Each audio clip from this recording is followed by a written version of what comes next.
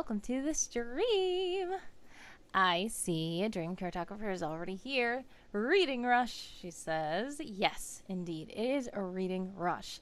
Last night I did try to read through 30 to 50 articles. I think I only made it to 13, maybe 15. But I'm not going to fret because it's alright. Leah Fellis is here. Hello. I appreciate you guys stopping by. If you are familiar with the streams, you know that I've been reading through many articles, great leaders of their people from the summer camp of World Anvil. So there's this awesome site called World Anvil where you can basically make your whole world. What is happening to my computer? I hope you guys didn't hear annoying loud notifications. I have muted them. Sorry. But yes. World Anvil is an awesome site where you can world build and you can tell about characters, worlds, places, items, foods, and everything. And one of those things was great leaders in your world. One of the prompts for summer camp was great leaders of their people. And so I've decided to sponsor that prompt, which means I need to read through all these, and I am going to try to read through all of them. Some people use random number generators because they did not have enough time to read through 325 articles or more.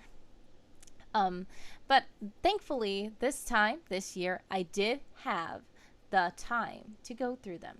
And I had the time to stream them, which is much of a blessing because I love streaming these, and I love that you guys have, I love that you guys have joined me each time. Dream Cartographer says notifications still pinging. I think that I muted them. Hopefully that was a delayed comment. If not, I hope I did it correctly this time. Yeah. Okay, anyway, I see World Keymaster says, sounds like you're getting messages, and hello, I will be lurking today. Oh no, Dream Cartographer says, pause, there's an ad. And World Keymaster says, in commercial interrupt stream. Alright, so in the meantime, while there is an ad, I will just try to make sure that these notifications are good. Hopefully they're not continuously still going. I'm gonna turn off notifications. I don't like that happening. Dream Cartographer says 1 of 4 ads. We are back, says World Keymaster. Not sure about Dream Cartographer.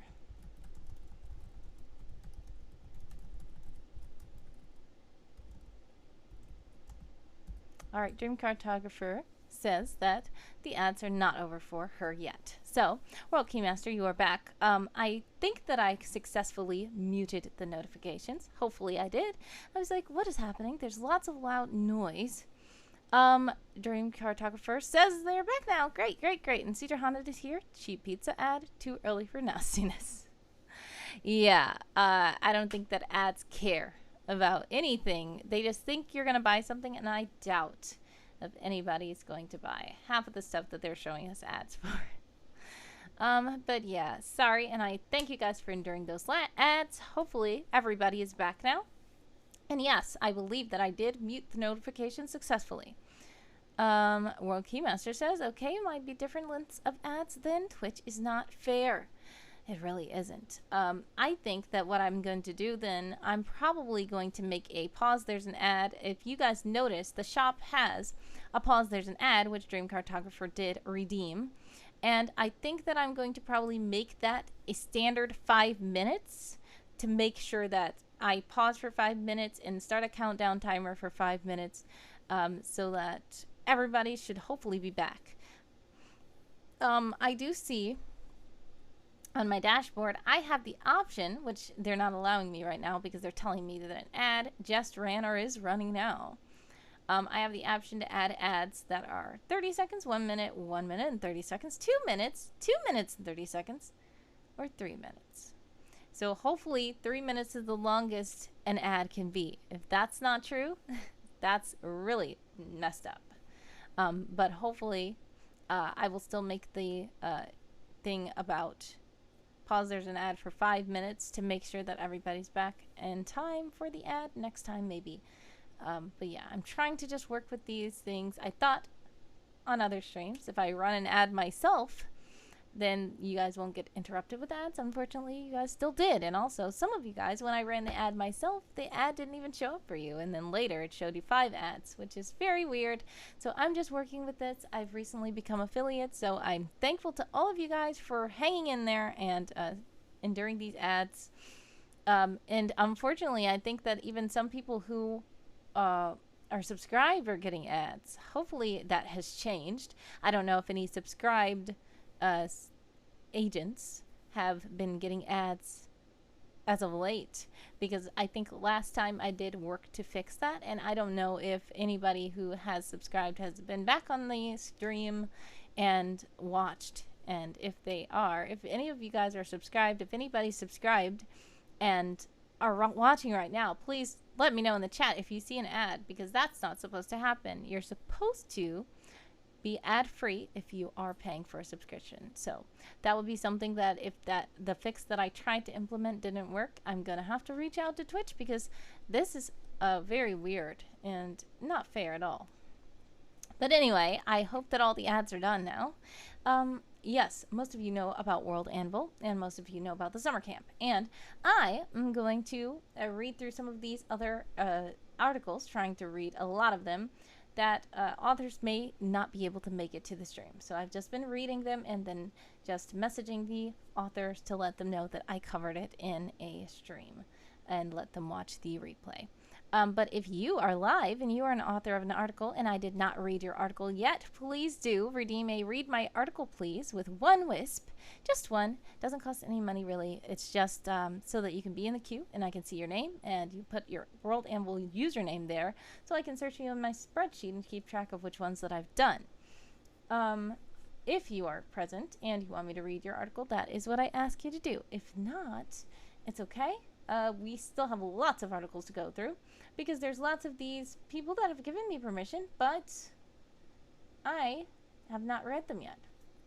So we will start with Awolee, or Awolee, by MGatta. And I'm going to put the links to all these things in the chat so that you guys can check out the articles on your free time and click links and things like that that are, you know, helping you to learn more about the world. Things that I don't have time necessarily to go over myself right now. Okay. That link is in the chat. And we will come to the page. Wow, already interesting art.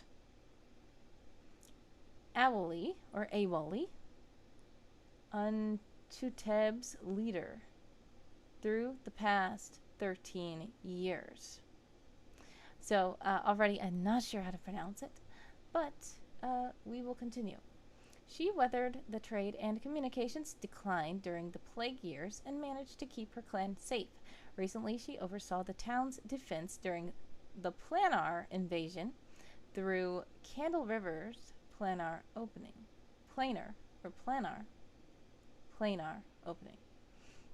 And they tell what the Candle River is, with a nice little handy tooltip and a link to an article where you can learn more. Awolee spent much of her life knowing she would likely be the next clan leader. The Boom clan tends to choose their next leaders as they grow up, meaning that as soon as the prospective new clan leaders become adults, they start shadowing the current clan leader. Awolee was one of 2 chosen during her generation, and within a year, she was the clear next leader to be. Her clan and herself took a long time to decide to have tadpoles that would contain the next leader. She took no small part in that delay. She was not keen on putting that weight onto the tadpoles. The younger generation is now growing up and is about a year away from becoming adults. This means Awolee still has to wait a whole year to learn who may be her next replacement, and then train them.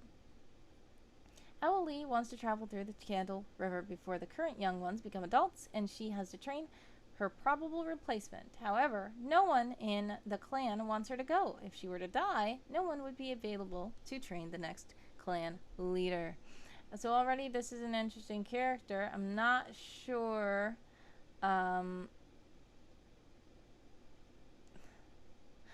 thinking this is a frog character. Because there's a mention of tadpoles. Weakness, cold. Needs, a career change. Desires, a legendary job. Mapping candle, rivers, many channels.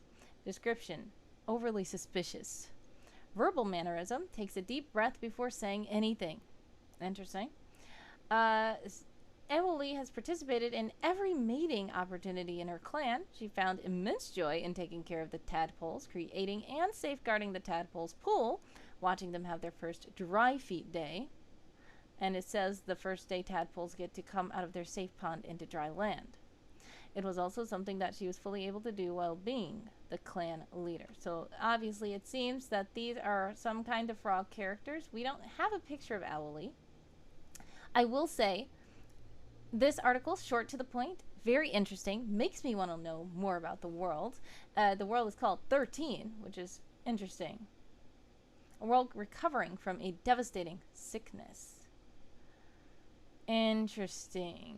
It says these are 3 articles to understand 13. So I guess you can check these articles so that you can understand about the world itself. I want to see if the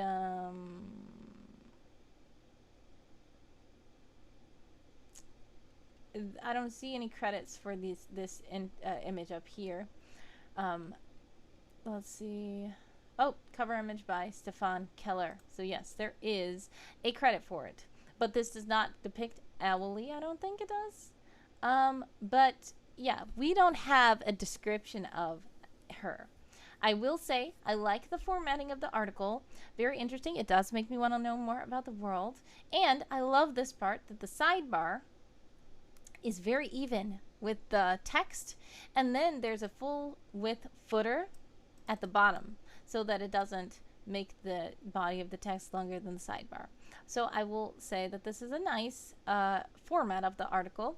I am very curious about the character because I did not know if they were a frog character or not at first, because I did not see that.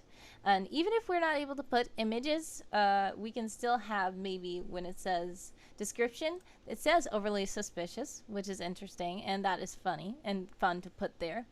But we would want to know a little bit more about her as a character, as a species, how she looks.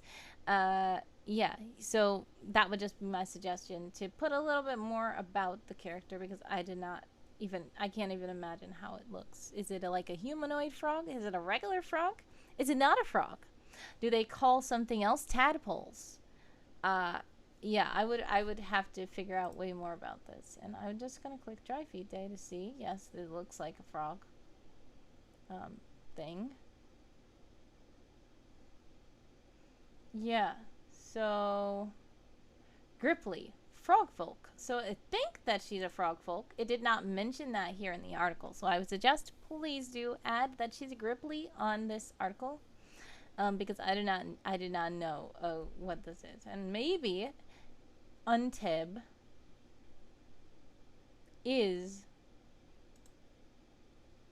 gonna tell us that that's like a, oh, it's a Gripply village. Okay, so by clicking that, we can figure out that she probably is a frog folk, but the article still wasn't clear already. And even in the tooltip here, it doesn't say that it's a Gripply village. You have to click it. So I would just suggest maybe just putting somewhere in here that she's a Gripply, she's a frog folk, or something like that.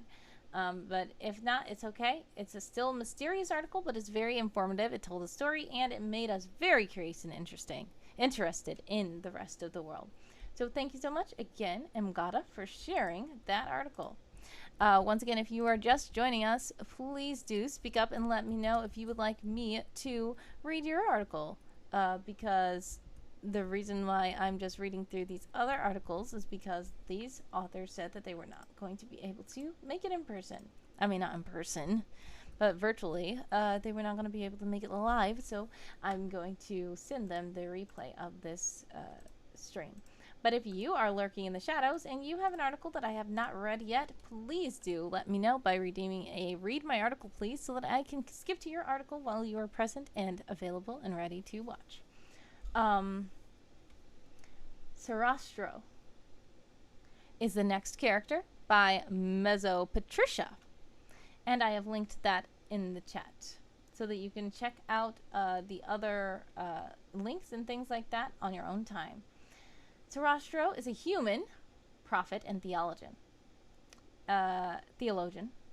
So this already tells that this is a human character. So it's, yes, it's apparent this is a human character. One of the most prominent religious figures in Travakh.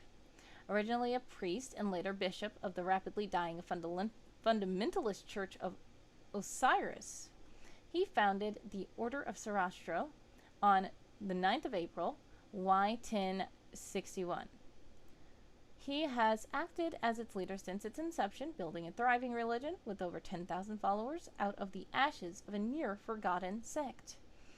Divine goals and aspirations. Sarastro's original goal was to pull teachings and favors from other gods to bolster his belief that Osiris's law and requirements for mortal kind are rigid and inflexible. Over time, this goal evolved into a desire to join the celestial courts themselves and act as a literal judge and prosecutor at Osiris's right hand.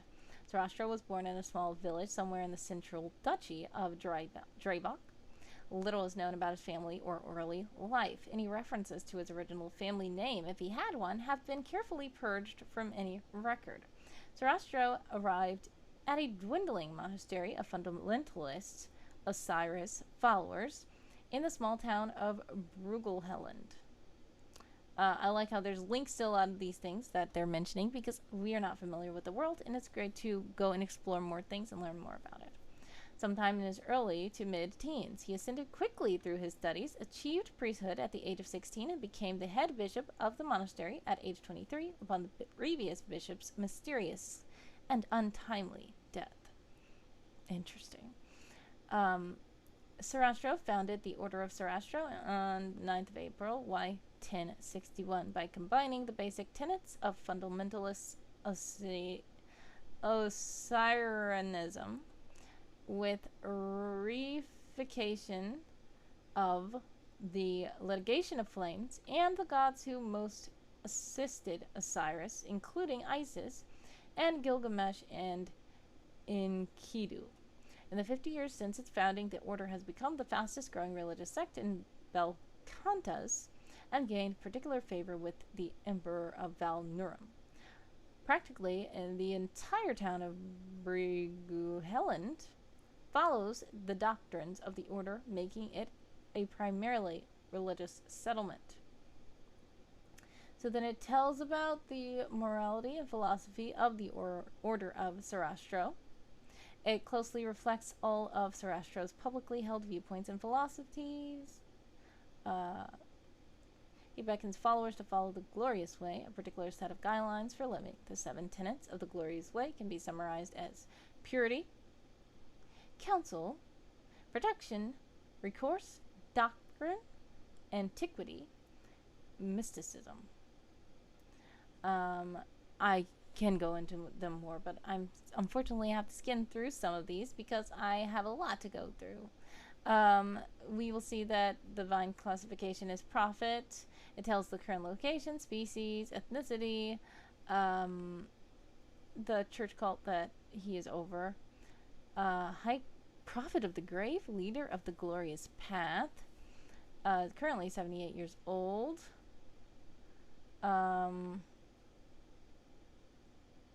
Yeah, so then there's art here. And it tells, about the character. So, yes, thank you for sharing this very interesting character. I would say that the sidebar is short, as I always say. Just putting some article blocks over here or something, just to extend it downwards, I feel like would be great. Or if you want to put like this kind of thing into this right here, these two things into the sidebar in a quote box or something like that to maybe even things out. Other than that, I appreciate all this, the links to the things that we're not familiar with is always helpful. This art is very interesting as well. Is it credited? Cover image art by author plus below link. And I don't see below link. Oh. Yes, there's below link. World Anvil user. Another World Anvil user has helped them also. So it's great to credit other beans. Thank you so much for that. Mezzopatricia. Oh, wait. There are notes in this article. What were the notes? Are the notes down here? Okay. He's got a villain speech here. So obviously this character must be a villain then. Considered a villain in this world. Edict of the Eclipse. So this was a speech given by Sarastro and magically broadcast across the town on the day of the eclipsed wedding. Since the founding of the Order of Sarastro on April 9th, Sarastro has promised his followers that he will finish paving the righteous path through which they can achieve ultimate divine righteousness in the 50th year of the Order. He and his high priests claim to have reached this number via complex numerology hidden within holy texts of Osiris and Set. So,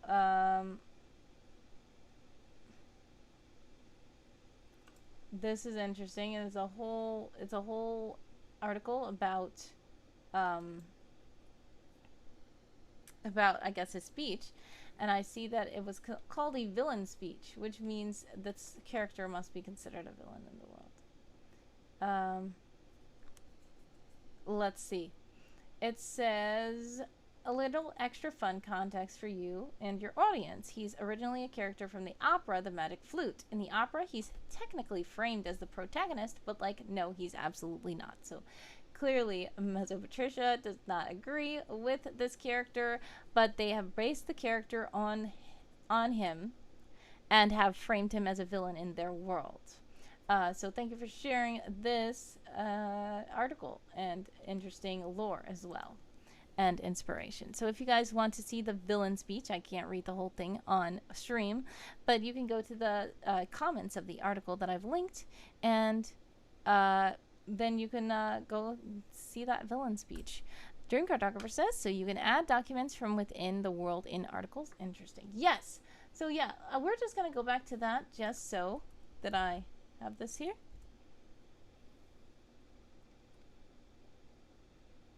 Yeah, so let's go here.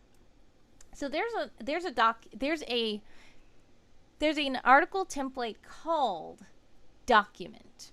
And that article template called document allows you to edit the whole thing, like with other historical details and stuff like that. It still has a sidebar and everything, but there's also a space for the actual document, and if you fill that space out, it will click and it will show you this kind of thing like this.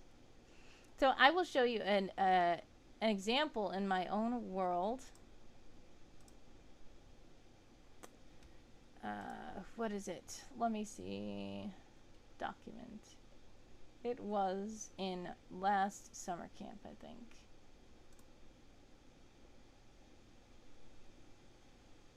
Instructional ciphers. Alright, so here, oh, not this. This was a language one. I'm gonna go, I think it was connected to this one. Original instructional cipher. Okay, so this document, it shows, I'm just gonna click edit so that you can see. So when you go down here, you can tell about this document, what kind of medium it's on. You can tell the related location and all that kind of stuff. You can tell the document authors, the purpose, and all that stuff. But then when you go to actual contents, whatever you put in actual contents are going to appear right here. And it's going to say, read the document. And once you do that, you're going to see a little pop-up and it's going to let you read the whole document. So say, for instance, you have something like the Declaration of Independence in your world or something like that, or like the Bible or something like a dictionary or some kind of treaty or something that was drafted. You can literally just talk about it. You don't have to actually put the word-for-word document stuff in there, but if you do, it will pop up in a separate little tab and show you the full document as it is written. But yeah, that's just unique to document article types. So this is a document article template. Can the document only be text? No. In fact, you can you can embed pictures. So I'm going to do that now just so you can see. Let's see. Someone.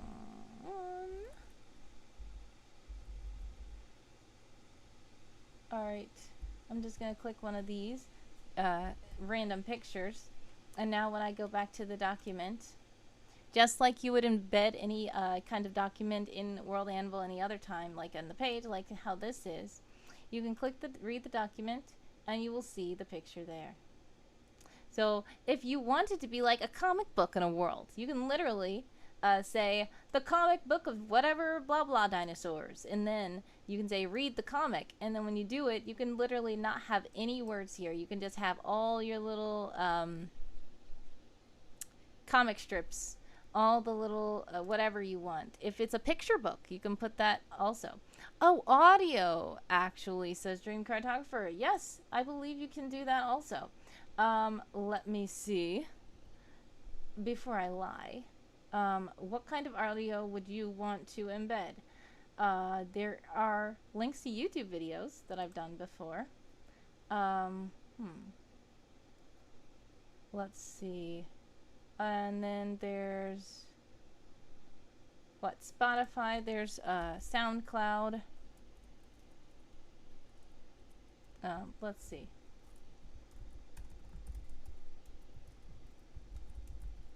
All right. So I'm going to go to another place in my world and grab some audios that I know are here.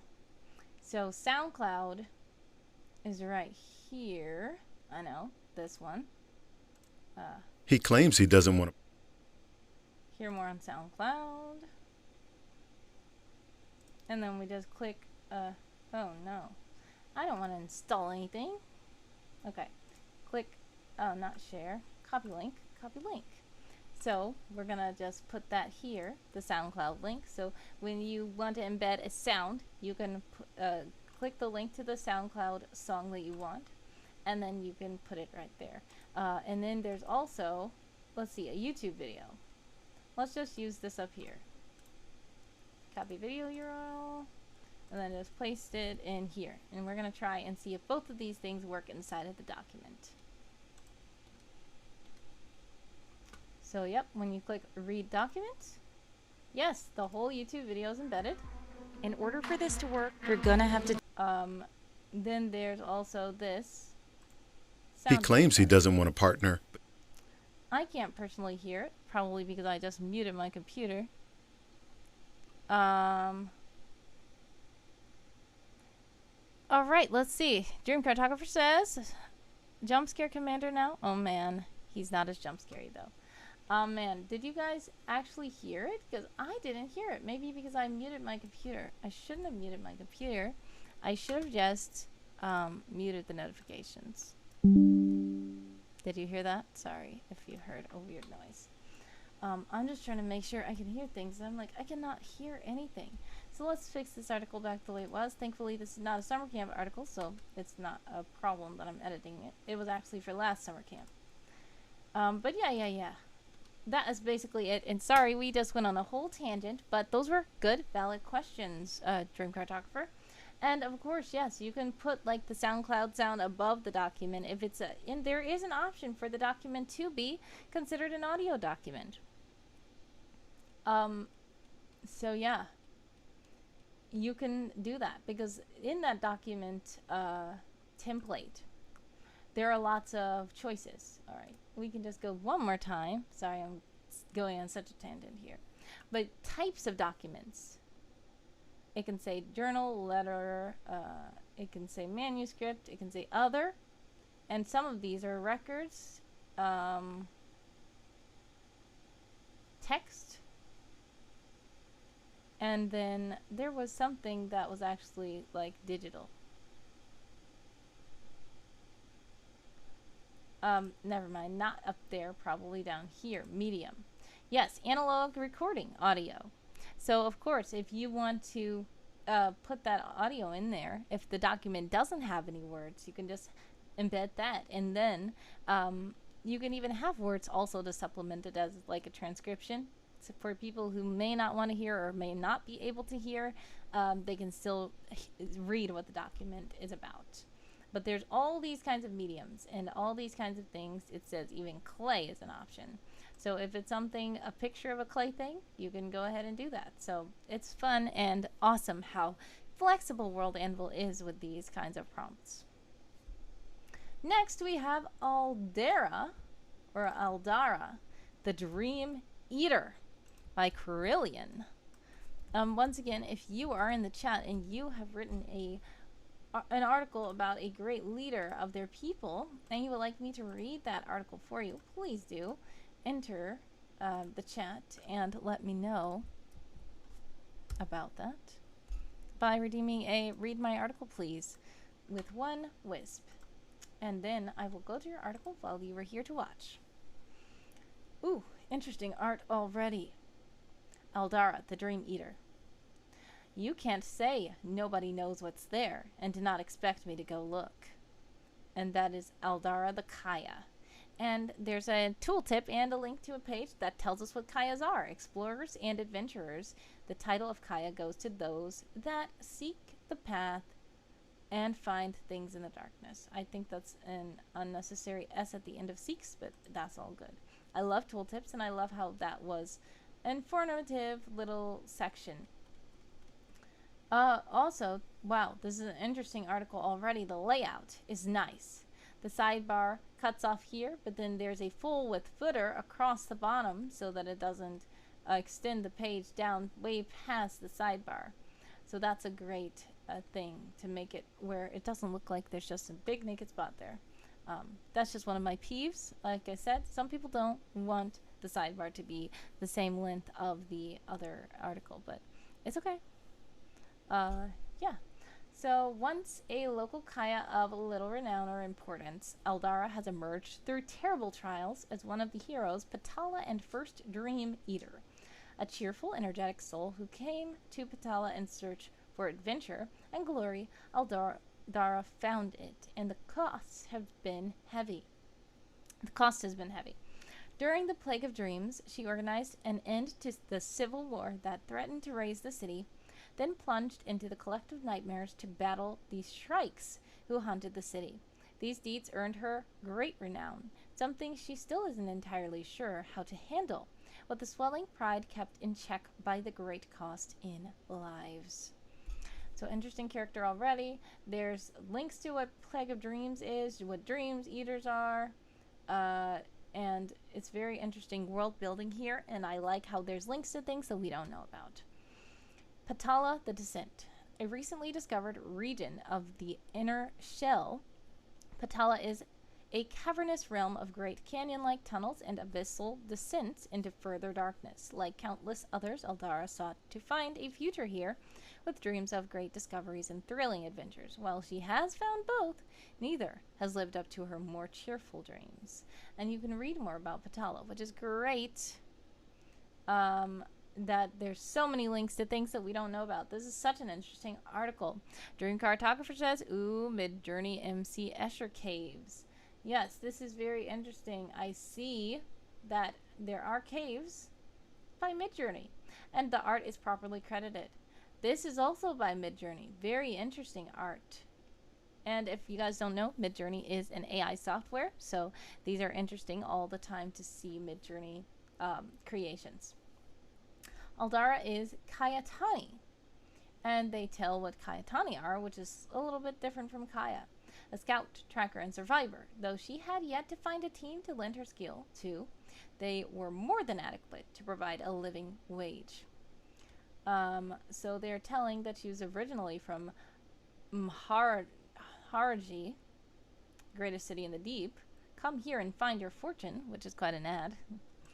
Aldara is a short, dark-skinned woman with a powerful, athletic build and golden eyes. Like most Kaya, she keeps her hair short and out of the way, usually kept underneath a chitin helmet. So these are interesting world-building. All these are interesting world-building tidbits. Since her battles in the dreams, Aldara has long scars on her shoulders, face, and leg, with a dense, stubby, crystalline growth replacing scar tissue. The scars glitter with a dazzling, prismatic sheen and light and regrows no matter how many times she tears bloody chunks of it from her flesh. Ah! When gouged like that, the crystals seem to grow from within her wound, consuming her blood to grow. That is very weird, and that's also some intense world building about what happens when people are injured. I don't know if that's because of what she was injured by or because of what her species is or what, but it makes me very curious about the world. Quick to smile and chat with just about anyone, Aldara has an air of charming naivety that disarms even the cynic. It has gotten her into trouble a fair share of times, but her wit and quick thinking has always gotten her out of it. I like the storytelling of this, by the way. After the plague, her mood has darkened and she has become withdrawn. She has spoken to no one of what she saw in that nightmare in which she fought the Shrikes, or what wounds they inflicted on her mind and soul, but they burden her. With the plague's end still only weeks old, her friends and allies can only hope that she will heal. Now residing in Nindra, the dreaming cage, Aldara is nursing her wounds and finding her light again, all while preparing for the end of the fragile peace. The nightmares are still out there in the dark, and they are hungry. And then it tells about Nindra here. Once a minor outpost where explorers and settlers could stop to resupply before heading further into Patala, Nindra has now become home to the Dream Eater and her allies. Here they plan and practice waiting for the plague's return. With no more than 100 inhabitants, it is a small settlement, standing defiant against the gloom that surrounds them. Nindra the Dreaming Cage, and I have seen this article as well. I believe that image is also AI generated, which there's so much interesting AI stuff here that I've seen people doing with their worlds. I'm almost for certain this is not AI, but we will see if that is credited as well. My mind is a blade. I can cut any foe, says Aldara, the Dream Eater. So that is very interesting quote. My mind is a blade. I can cut any foe. Which I'm thinking she's outsmarting them and things like that. So that's an interesting and nice comment from her. Aldara is the first Dream Eater, someone who had enraged the Shrikes in battle within their own dreams and emerged victorious. Few can claim the honor, as the unreal-dwelling Shrikes are at the apex of their power within the dreamscape, able to conjure terrors the real world could never allow. Even so, the Shrike are at their most vulnerable there, unable to escape into stray thoughts or hide in daydreams. Once the gates of dreams are locked, only death can open them. Another interesting tidbit of world building. In other words, I'm not trapped in here with them. They're trapped in here with me, says Aldara. So an interesting character, very quippy character, and this world is interesting with dreams and nightmares and things like that.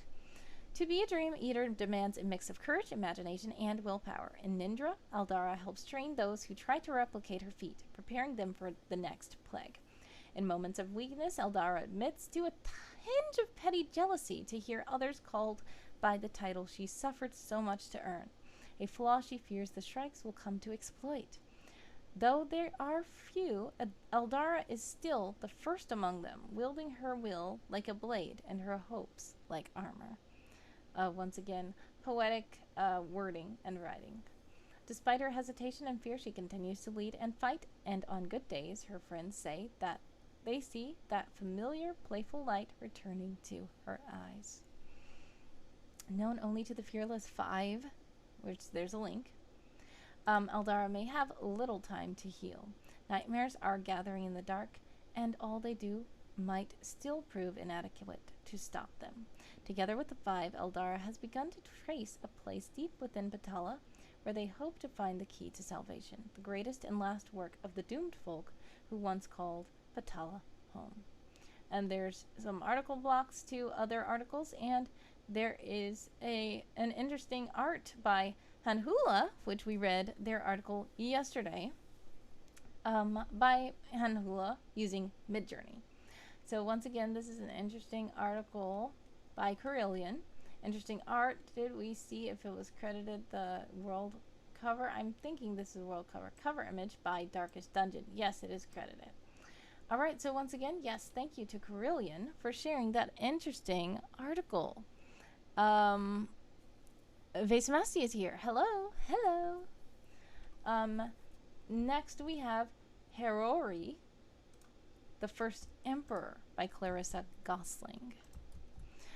If you are just joining us, please know that we are reading great leaders of their people, and if you are from World Anvil and you would like me to read yours and I have not read it yet, please do tell me by redeeming a read my article please in the chat.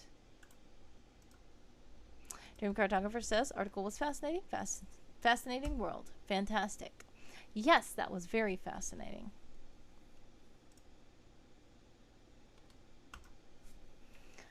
All right, Haroeri, the First Emperor. Quite a short article, and I do see already there's a sidebar that's there and it's not filled up. So what I would say is you can always add just a couple of things like a description or article blocks, something like that. But you can also hide the sidebar, which is something that I did advise before. I can go to another, just a quick, I'll go back to this article I was working in and say sections, scroll down to sidebar and go and say sidebar display, display article sidebar override. And you uncheck it and it will force the sidebar not to display even if it has contents in it.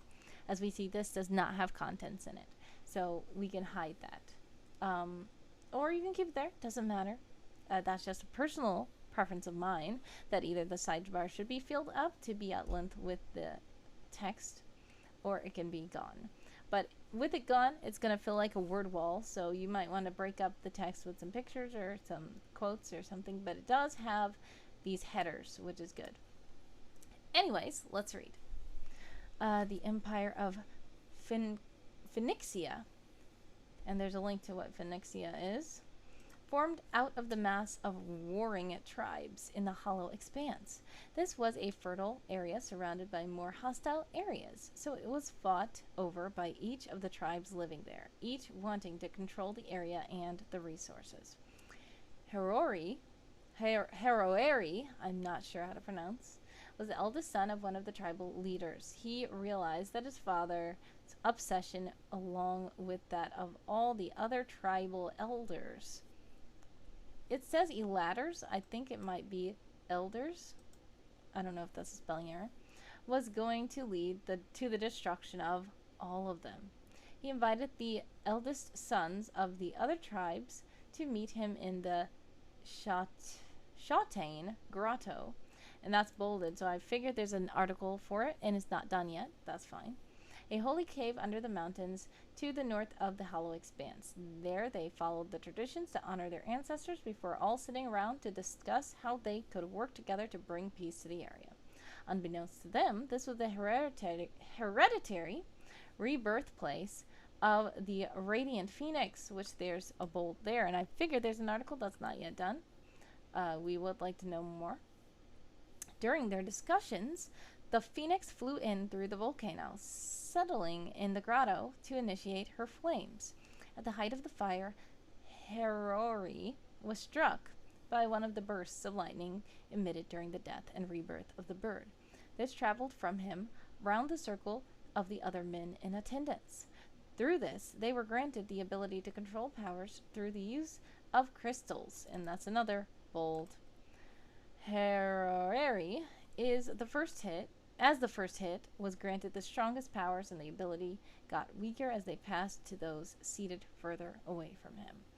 With the powers of the crystals granted by the Phoenix, Haroeri and the other tribal sons were able to work together to depose their fathers,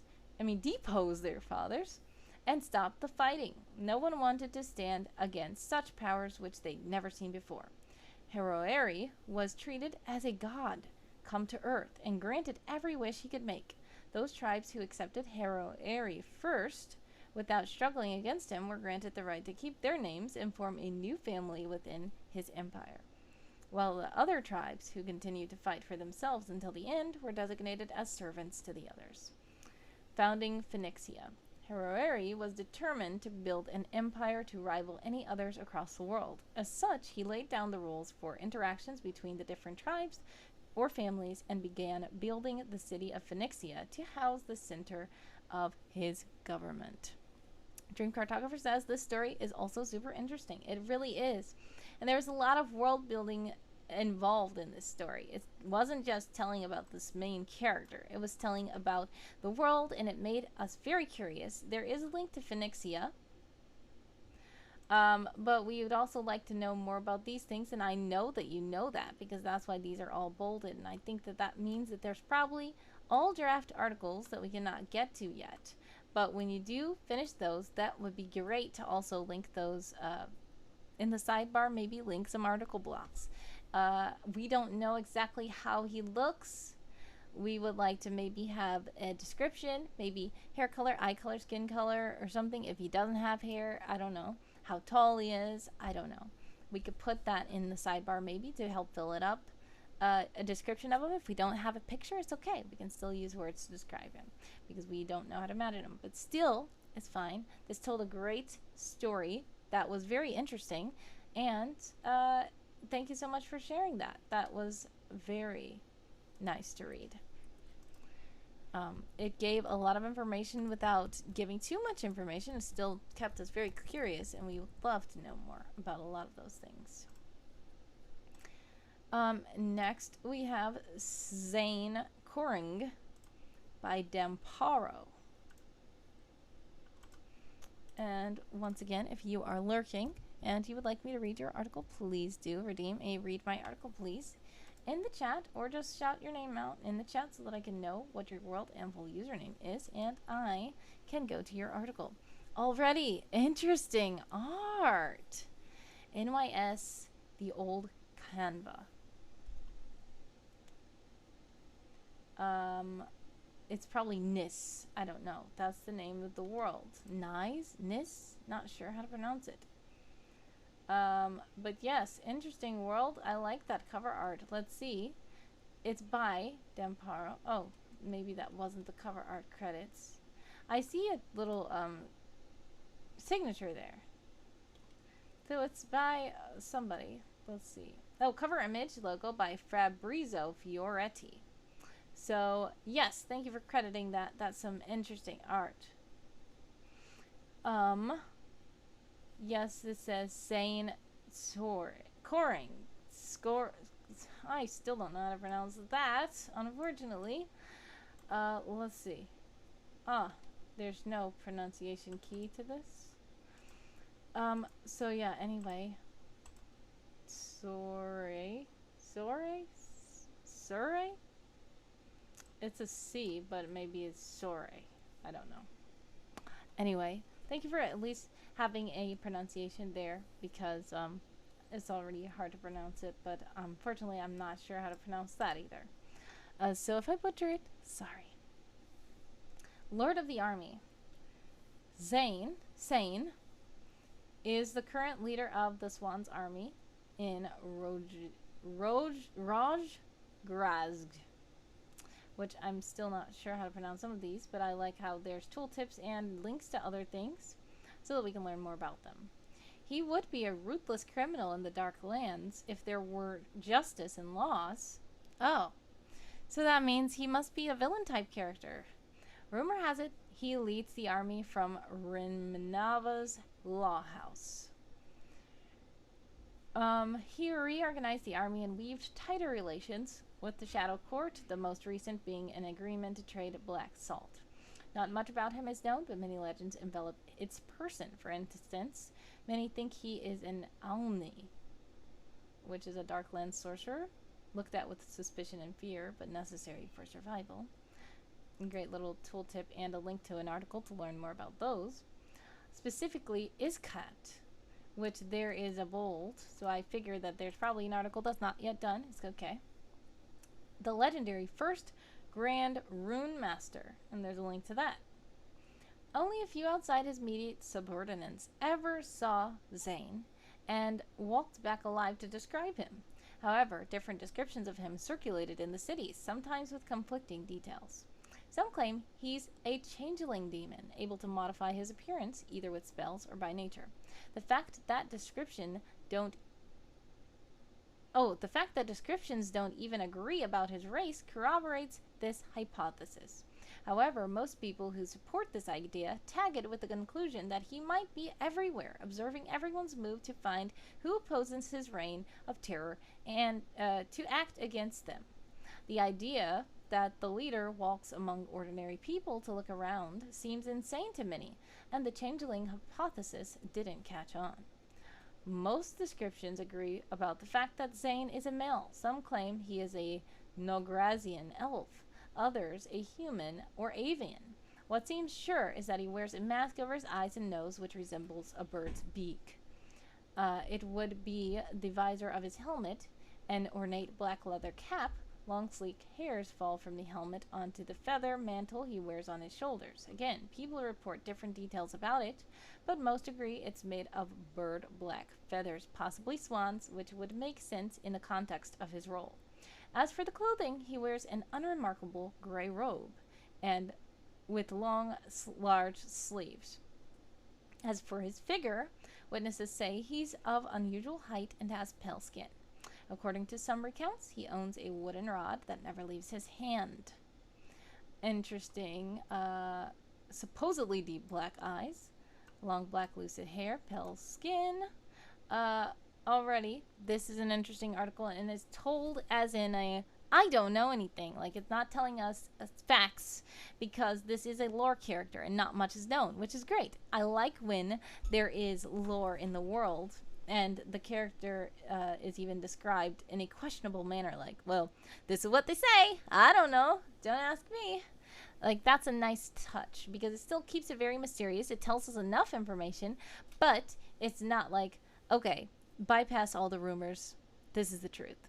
Because sometimes doing that is okay, but sometimes doing that ruins the mystery of it. So this helps to encourage the mystery by keeping it, like, all speculation. Countless legends surround Szane. People think the army acolytes spread most of them, possibly with Zane's permission or even by his command. An interesting myth sees him as the first ever Grand Rune Master, Iskat. It would mean he's been around for a millennium and a half. If this was true, and if he led the army in the past, it would mean he has faked his death several times already to not arouse suspicions about his lifespan. Another story links the army's general to the Shadow Crown, the Shadow's court leader. According to this tale, the Shadow Court's real interest is in the Dark Lands, and the Swan's army would be its detachment to find what they needed. Since no one has ever seen the crown, and rumor has it they're in Najgraz. The idea is consistent with the general understanding that Szane is in Rimnava.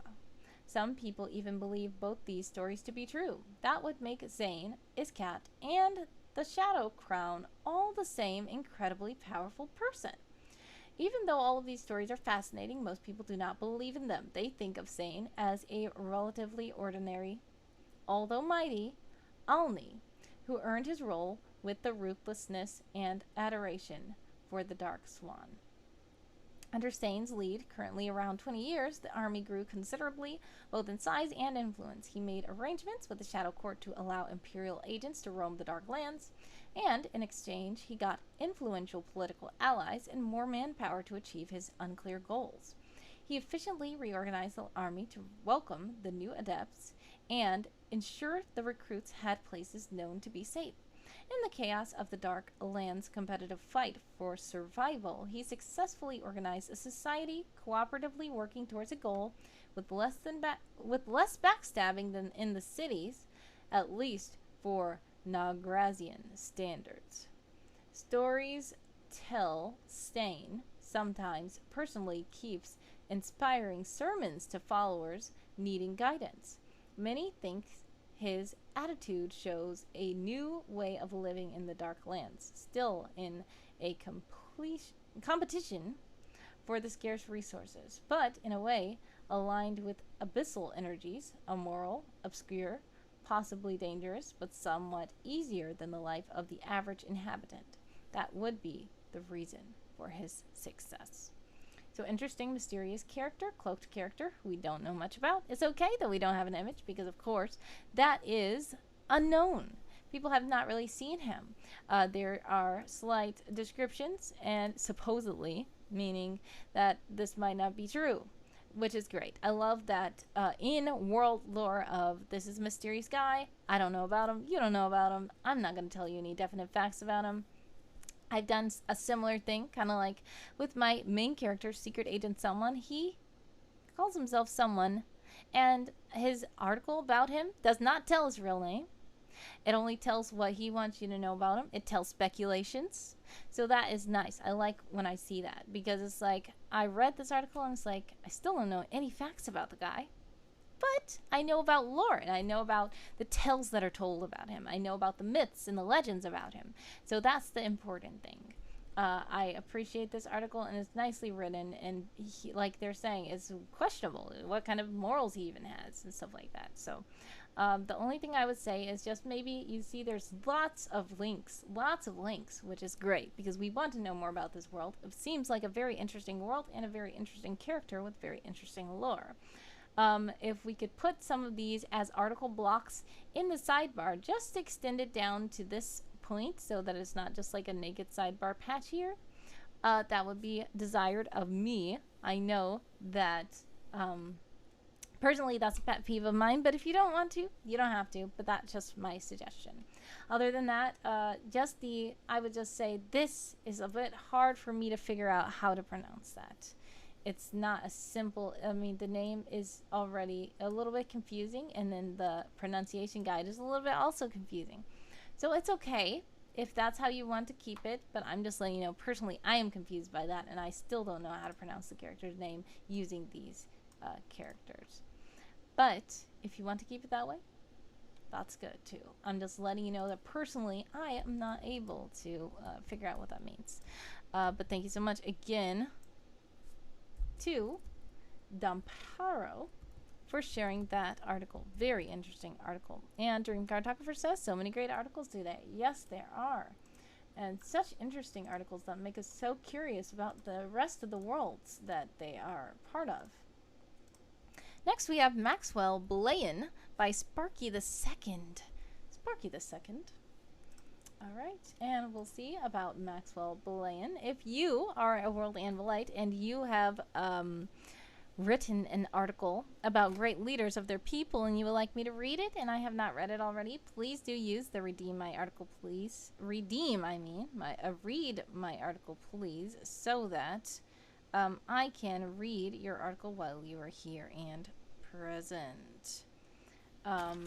We are now reading Maxwell Blayen. Ooh, picture. Okay. So already scrolling down, there's lots of art, lots of pictures, interesting world, interesting CSS here, interesting coloration, and the sidebar is exactly at length with the body of the text, which is something that I adore. This looks like it might be a sci-fi type world, some kind of, you know, interdimensional kind of place. I'm not sure, or like some kind of planetary world. I don't know, but let's see. President Maxwell Gregory Blayen. Blayen may very well be the greatest leader of the Federation. I mean, the greatest leader the Federation has ever had. Better than Belfast, Whistle, Pickett, and Rayan. And I see Pickett and Rayan are bolded. Their articles probably aren't done yet. Better than all of them. Our best president, and a great man in general. I only hope I can live up to his memory. And that is President Liam Black, which is the current president of the Federation, and Amphidin, and allied planets. Yep. So it is an interplanetary kind of world. Thought so. I like how there's links to all these other previous presidents, and a link to what a president is. Maxwell Gregory Blayen was a tooltip with the pronunciation. Love it. I am Harian. Thank you for telling me how to pronounce that. Maxwell was an Ionharian politician and diplomat who served as the second president of the Federation from 2668 to 2708. He succeeded the temporary president Bruno Wolf after the death of Gellark Belfast, the first president of the Federation.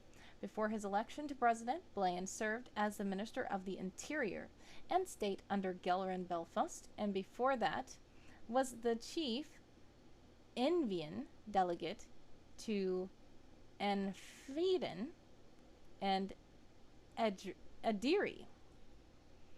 Born on Invis in 2615, Blayen quickly proved himself as a valued diplomat to the Envian Republic. He spent much of his early career on Retricon, helping to form an important early alliance that would serve as one of many important predecessors to the Federation of Iamhar.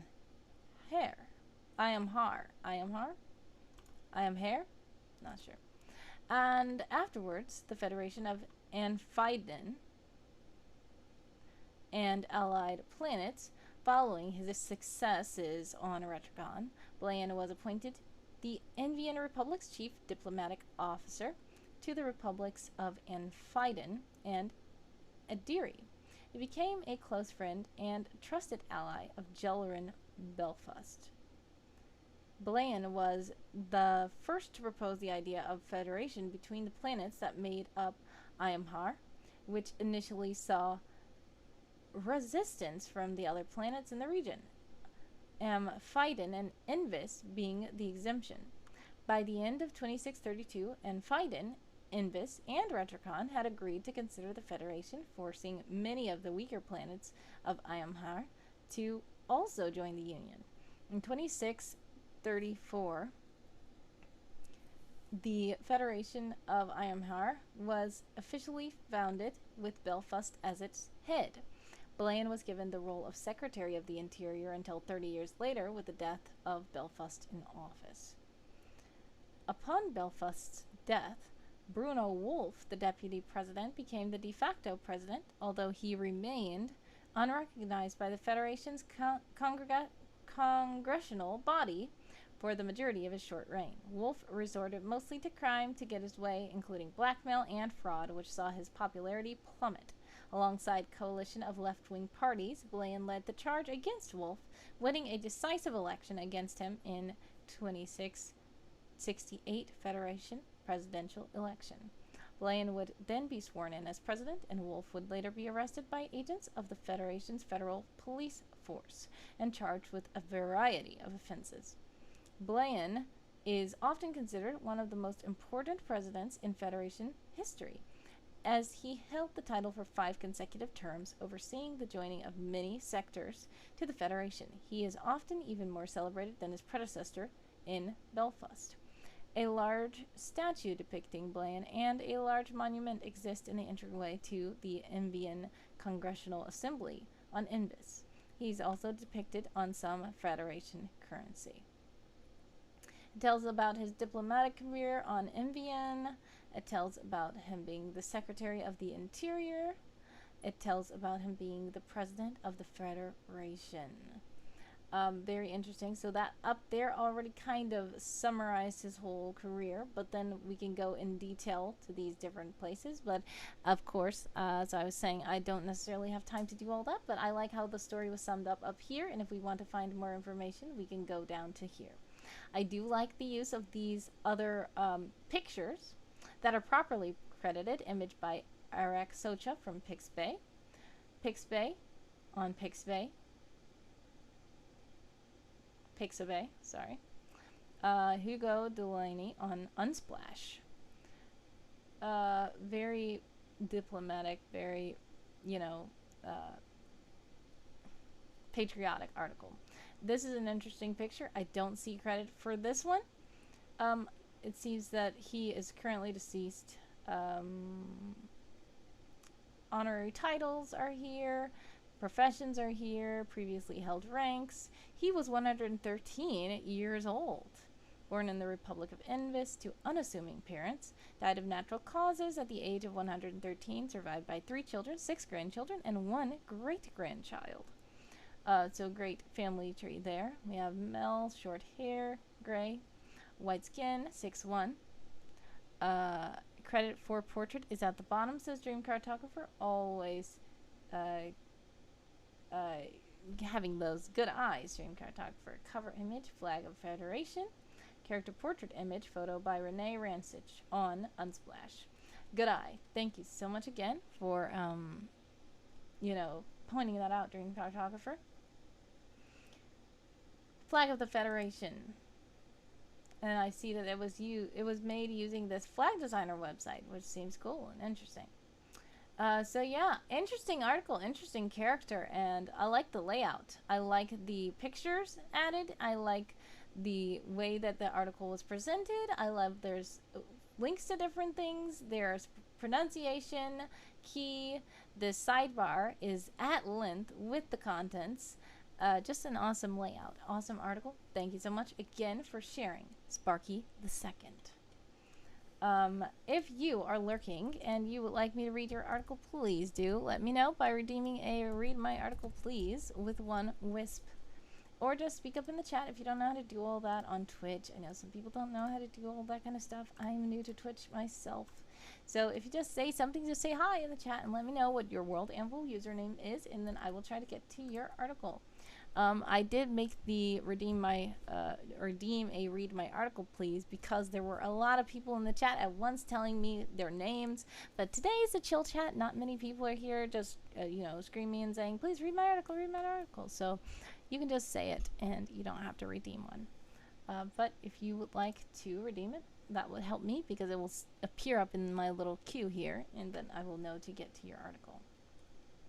Next, we have Victor Milvanius III by Travakh. And this seems like quite a long article, but we are just going to skim through it a bit. Sorry that we have to skim through some things because I do not have much time. This is the second to last stream that I'm going to have to do, and the rest of these that I do not read on stream, I'm going to have to read them anyway in my spare time so that I can judge properly. But let's see about Victor Milvanius III. Chairman Victor Milvanius. Haroeri dropped the package in front of her. Mail for you, straight from Ebensburg. Was important enough so that the Justicar General put her own seal on it. He had a half-hidden smile on his face that he noted, which meant that on anyone else they'd be grinning like a cat. She put her sandwich down and broke the seal on the package, revealing a wooden latchbox. V.M. the Third, inscribed on the cover. Oh no. Danny flipped the latch and opened it, then leaned back heavily, tilting her chair. I told them not to submit me for this. The magistrate picked up the letter in the box. I see. You've been selected for the Milvanius Scholarship. Why are you apprehensive? This is a great honor for anyone. No, it isn't. Victor Milvanius was, I guess I'll say a butthead. There's some interesting choice words. Thany pushed the box away before putting a hand on her chin. There's all sorts of stuff in the curriculum at the long haul about Milvanius and his lack of ethics and treatment of others. It's supposed to be an example of progress, done poorly. Haroeri shook his head. The scholarship is distinct from the history, Thany. It's why magistrates can even accept the award. It's not as if the UTC has up and decided to bribe you with 50,000 florin. You've been recognized as one of the shining lights of your generation, so I don't see the harm. The apprentice cocked an eye at him before quickly rifling through the contents of the box. Her fingers found a slim tome. It can't be that distinct from the history. If quotations from Milvanius is part of the welcome package. She flipped through the quote book casually. There is nothing I wouldn't do to ensure my own victory. A hard heart is required for the furtherance of progress. The meek and the soft must have no place in the Awolee of the future. This man is vile! The magistrate was tapping on the table with his thumb. He was a veteran of the War of Unification and a product of his time. It doesn't taint the award. If you prefer to believe the optimistic interpretation, he's funding your own ability to stand above his ruthlessness and help craft an Awolee in your image. Then he sighed. Well, it would cause trouble for the magistrates if I declined the award, right? It's fine, as long as I don't have to pay supplication to his portrait at the UTC office in the capital. So already, that's quite an interesting story that kind of sums up his personality. I guess he has a scholarship award, and this person did not want to go to this school or accept the scholarship because of the way that this leader used to act. She does not agree with his views. So that story on its own is a great little bit of world building that I like, that we are able to kind of see in the world about the character and about how people feel about the character, even after the the character's pass. I guess he is already deceased after this, and they made the scholarship in his honor. Dim Cartographer says a polarizing figure. Indeed. We can look and kind of skim past some of these things because that did tell a lot about how people think about him. He passed away in the capital city, having been the wealthiest private individual in the principality for over 20 years. Interesting. Let's see what he considers failures and embarrassments.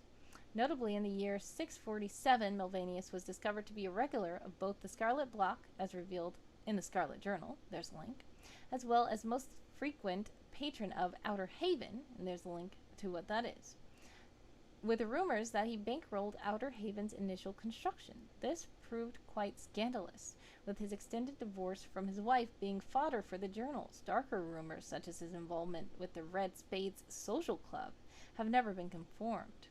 So interesting things. Let's see what Scarlet Journal, Outer Haven, and Red Spades Social Club are. Interesting. Oh, wow. So yeah, there's lots of interesting lore in this world, and he was quite scandalous, I guess. So he was not... this is a good thing about the article prompt. It will say, a great leader of their people, but who thinks they're a great leader? Just because you are a great leader to your people doesn't mean that everybody thinks you're great.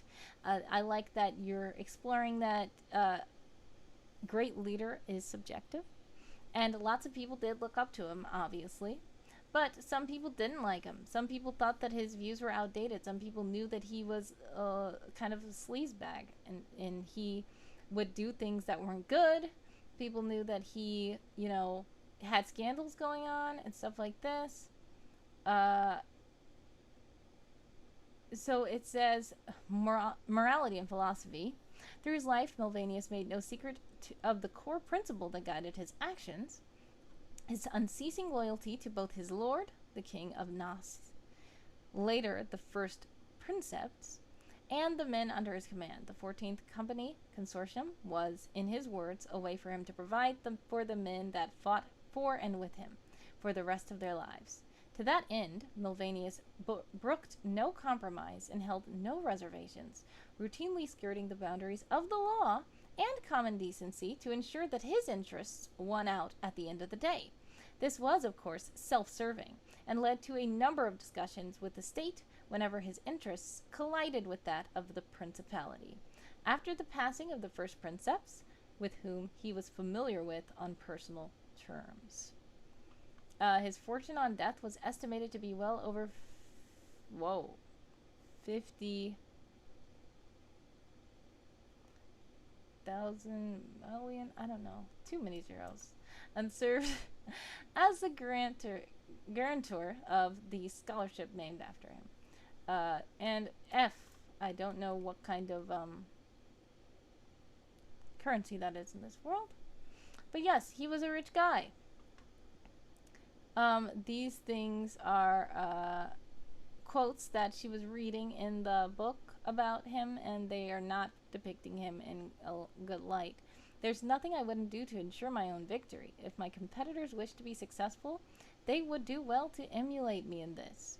So he's a very egotistical person. So thanks once again for sharing this, Travakh. I would just suggest maybe putting some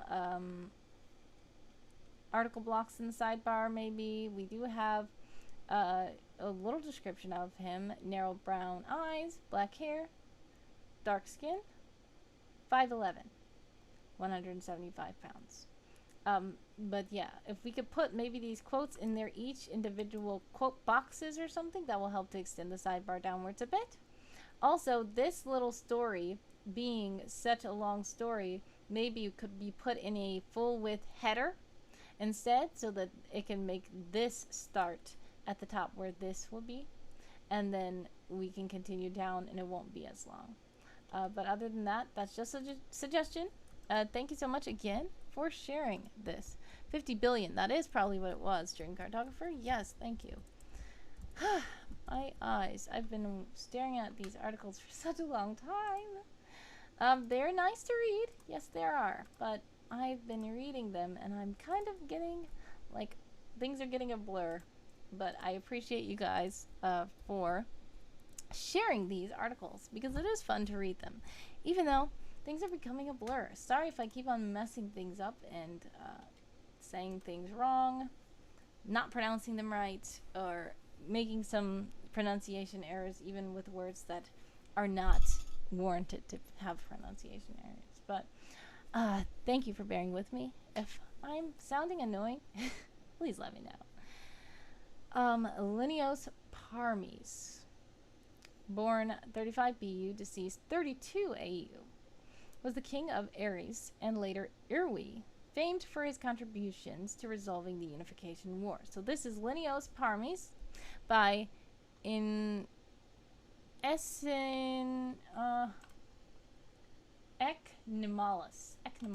Sorry.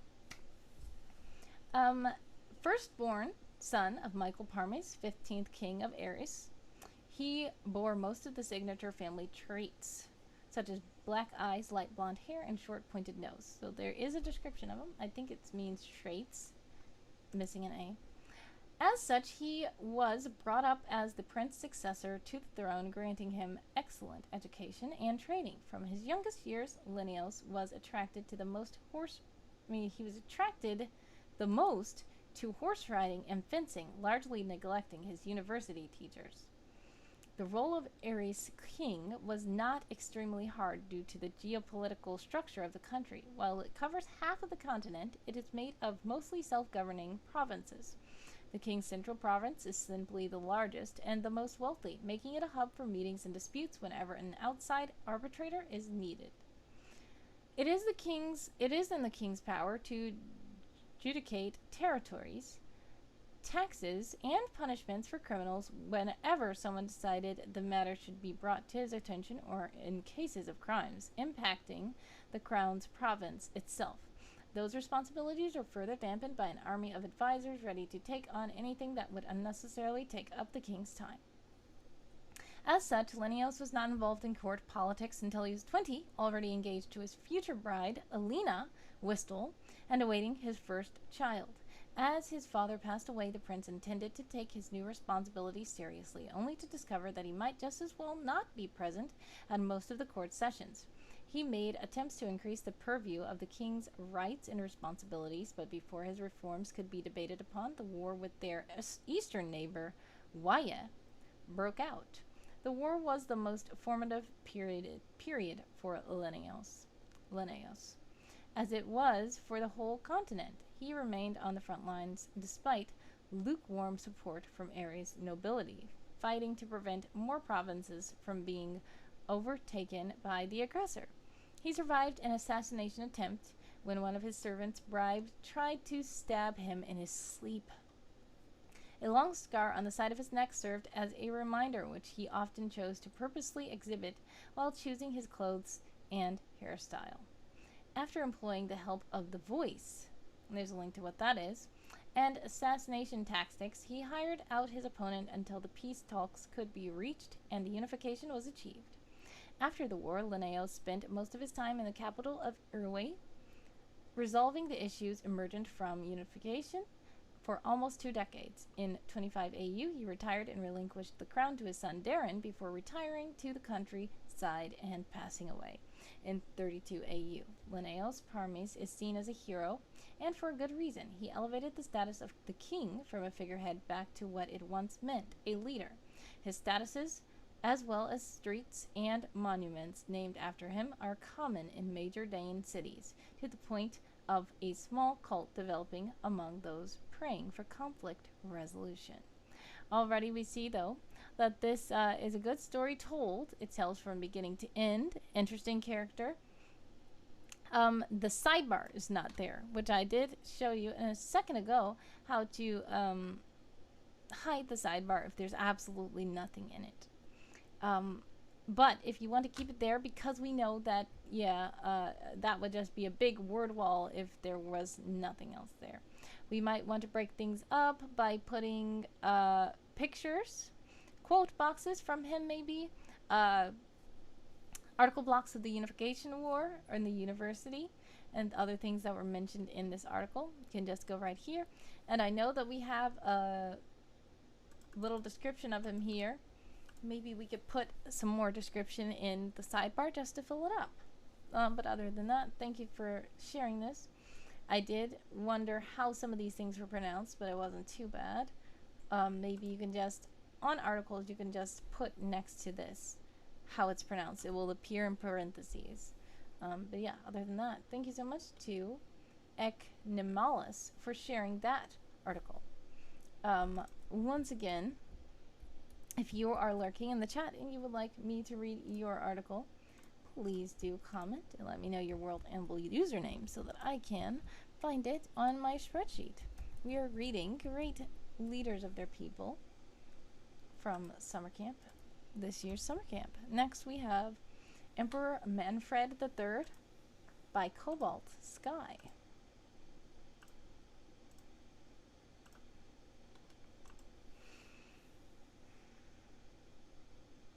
An interesting and quite long article. We are going to have to skim through this. But already we will see that this article has lots of art credited. It does have different things in the sidebar about the character. It has different swords pictured, and it tells what it is. Pictured above is the blade of Bertul. The magical sword has belonged to the Lionel royal family for generations. It is said that this blade was pulled out of the heart of a slain archdevil by a champion of Vindicta and offered to the emperor as a gift during the First Crusade. So, yeah, interesting information of lore. The coronation of Emperor Manfred as depicted by his sister Alicia Lionel. And this is not credited. I don't see credit of that. This is credited. This is credited. Then we see this. This is credited. And this is credited as well. So we just are missing one credit to this one. This little image here. Let's see if there is... It's mine? No steel. Funny. Nice. Header art credit Steve Shee. Oh, so that's why it doesn't have to be credited, because this is this. And they did credit it down here. Alright, got it. I like how they tried to fill up the sidebar, but it's still how you see how the sidebar is still quite naked and there's so many gaps here. I think that we could maybe fill up these gaps by adding article blocks. There are already some article links that I see for already. So we could just like put an article block here to one of those, put an article block here to one of those, put some article blocks to some of those. I see that this is another art picture, and that is helping to take up some of this room, but it's okay. If we just fill in all these blank spots with article blocks, I'm sure that it will work out. Maybe even putting something like this on the sidebar instead. and just make it where it lines up where it talks about it, because I see it says the legendary heart of light around his neck, so I'm sure they wanted to show the picture right there, but we could just tab down and make it where this picture lines up here in the sidebar so that it doesn't contribute to this lengthy body of text.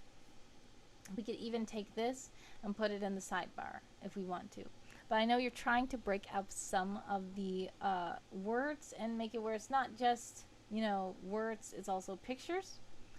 Still, filling up the sidebar I think is good, because all these little naked spots are a bit weird in my opinion. But that's just my opinion. If you want it like that, that's good.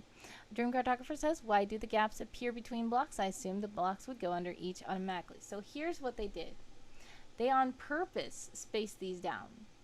So this is what I mean.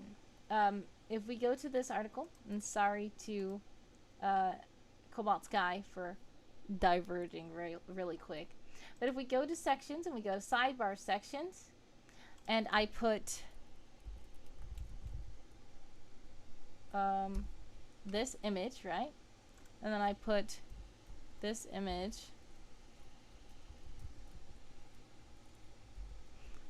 Then when I go to the article, yes, they're going to automatically line up. It's going to automatically line up. So what they did was they put breaks on purpose. They spaced down, and then they added, and then they put more breaks,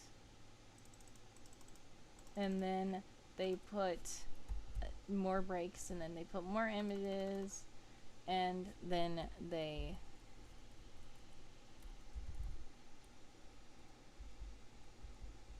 put more stuff. So then when you go here, it's just spaced out. It's on purpose. They did that. They spaced out. They spaced out the images. I know that it didn't appear like that on its own. They had to have done that, because if you don't do that, it will automatically line up. And for some reason, they wanted to oh no, I'm probably deleting something that I'm not supposed to be deleting. I don't care. This article, yeah, it's okay. But anyway, yeah, they on purpose spaced it down for whatever reason, and that's why I'm suggesting that maybe they don't do that. Next time, they should maybe fill in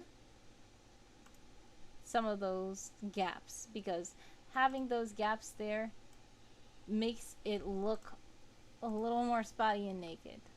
Because when you think the sidebar is over, I feel like there was something missing on this article. I probably deleted something. Never mind. It's okay. I'll find out something.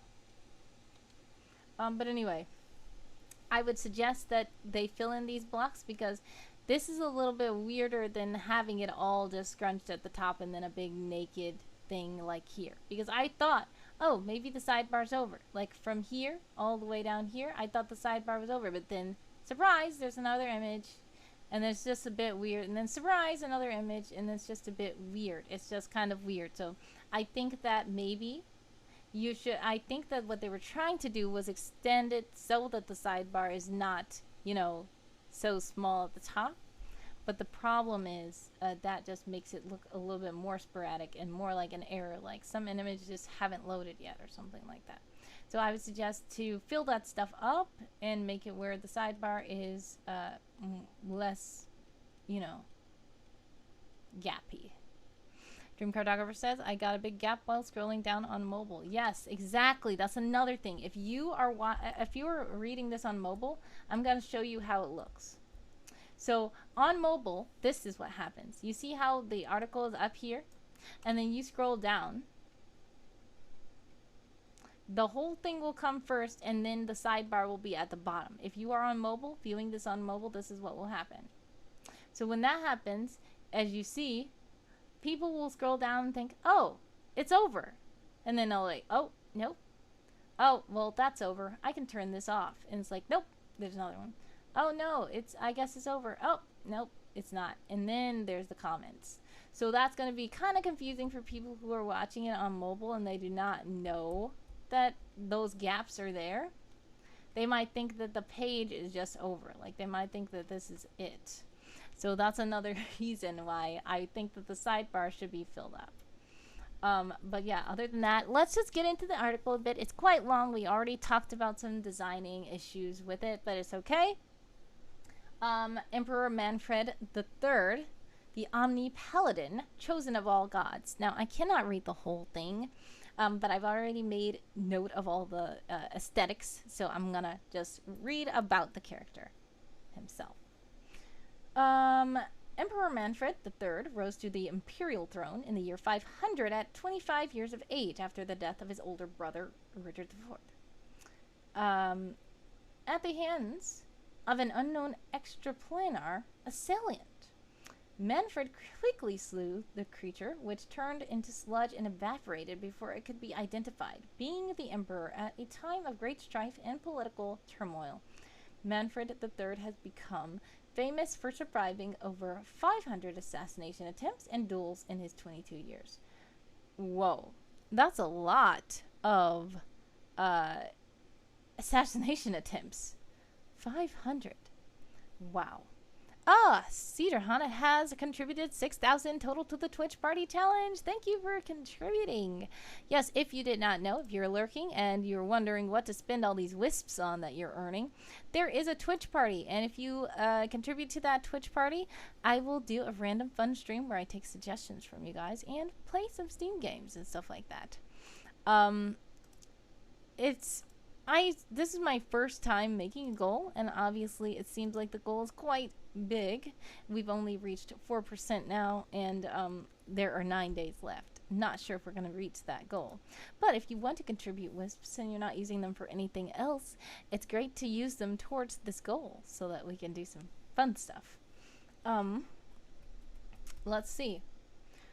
His other notable achievements have been encouraging cooperation between the high ecclesiarchs and high lords during his first year, and banning attempts to remove the Archmagus Supreme from his position in the High Council. Through his reign, he has been known for demanding cooperation and the smooth running of the empire with an iron fist, as well as accepting and defeating a number of other claimants to the throne, most notably Dragon Lionel, who would come to be known as the Tainted after their second duel. It tells the early life. He was born into the Lionel royal family as the second son of Ferdinand Lionel and Eleanor Mayville Lionel. His older brother was heir to the imperial throne after their father passed, which enabled him to focus on his own pursuits as a child and have much more freedom than his brother, whose life was haunted by the weight of the imperial crown. As an adolescent, Manfred took long trips. Dream Cartographer has initiated pause. There's an ad. So, unfortunately, yes, there's an ad. So, I'm not going to continue until the ad is over. I know that you are watching this in the future and you do not see an ad. So, unfortunately, I am taking a break from your article, but that's okay. There's quite a lot to go over anyway. I cannot do the whole thing, unfortunately, because it's quite long. But it is very interesting, and I appreciate that. I wonder, is anybody else seeing an ad right now who is here live? If you are not seeing an ad, please let me know. If you are seeing an ad, then you probably can't hear me saying this. But anyway, let's try rock, paper, scissors this time. Alright, ready? Rock, paper, scissors. Rock, paper, scissors. Rock, paper, scissors. Alright, I wonder if you won.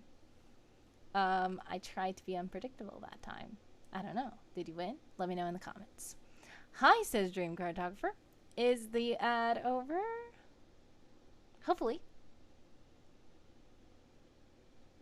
If it is, let me know. And I will continue the reading of the article. Yep, cool. Alright. Now, yeah, this article, I was already skimming through a bit. He became a highly cultured individual. He has a lot of lore. This is an interesting world with a lot of lore, a lot of family documentation that his brother was killed, so then he had to take on the crown. And then he had duels. As we learned earlier, he tried to defeat the beast that destroyed his brother.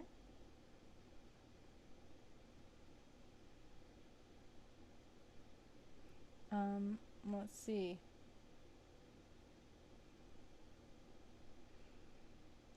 While the royal council has descended into a shouting match, Manfred, his mother Eleanor, and sister Alicia met and discussed what was to be done about with the empty imperial throne. Being a very controversial figure, Manfred was initially hesitant about taking up his brother's birthright, but the situation presented an opportunity that he simply could not turn down.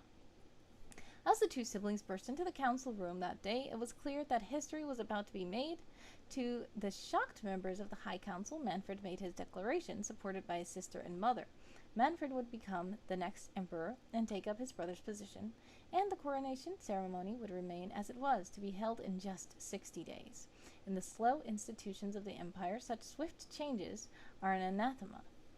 And the 25-year-old Price, I think it means prince, found himself on the receiving end of the most powerful individuals in the empire.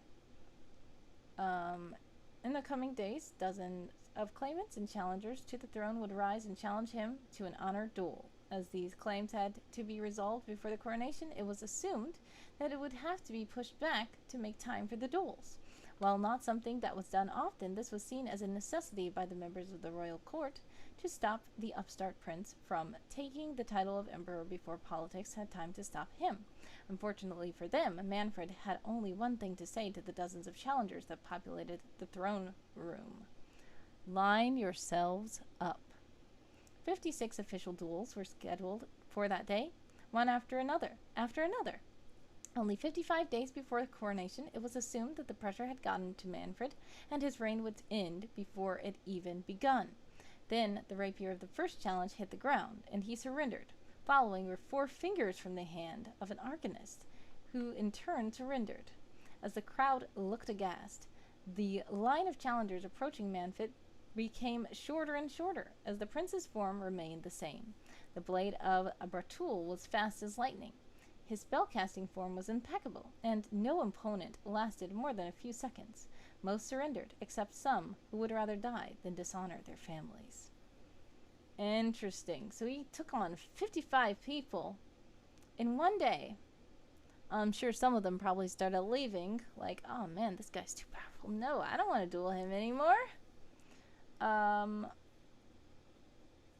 All these paladins and mercenaries and everyone, duelists, nobles, hired to stop him. None could stand a chance, as Manfred made short work of every single challenger within that day.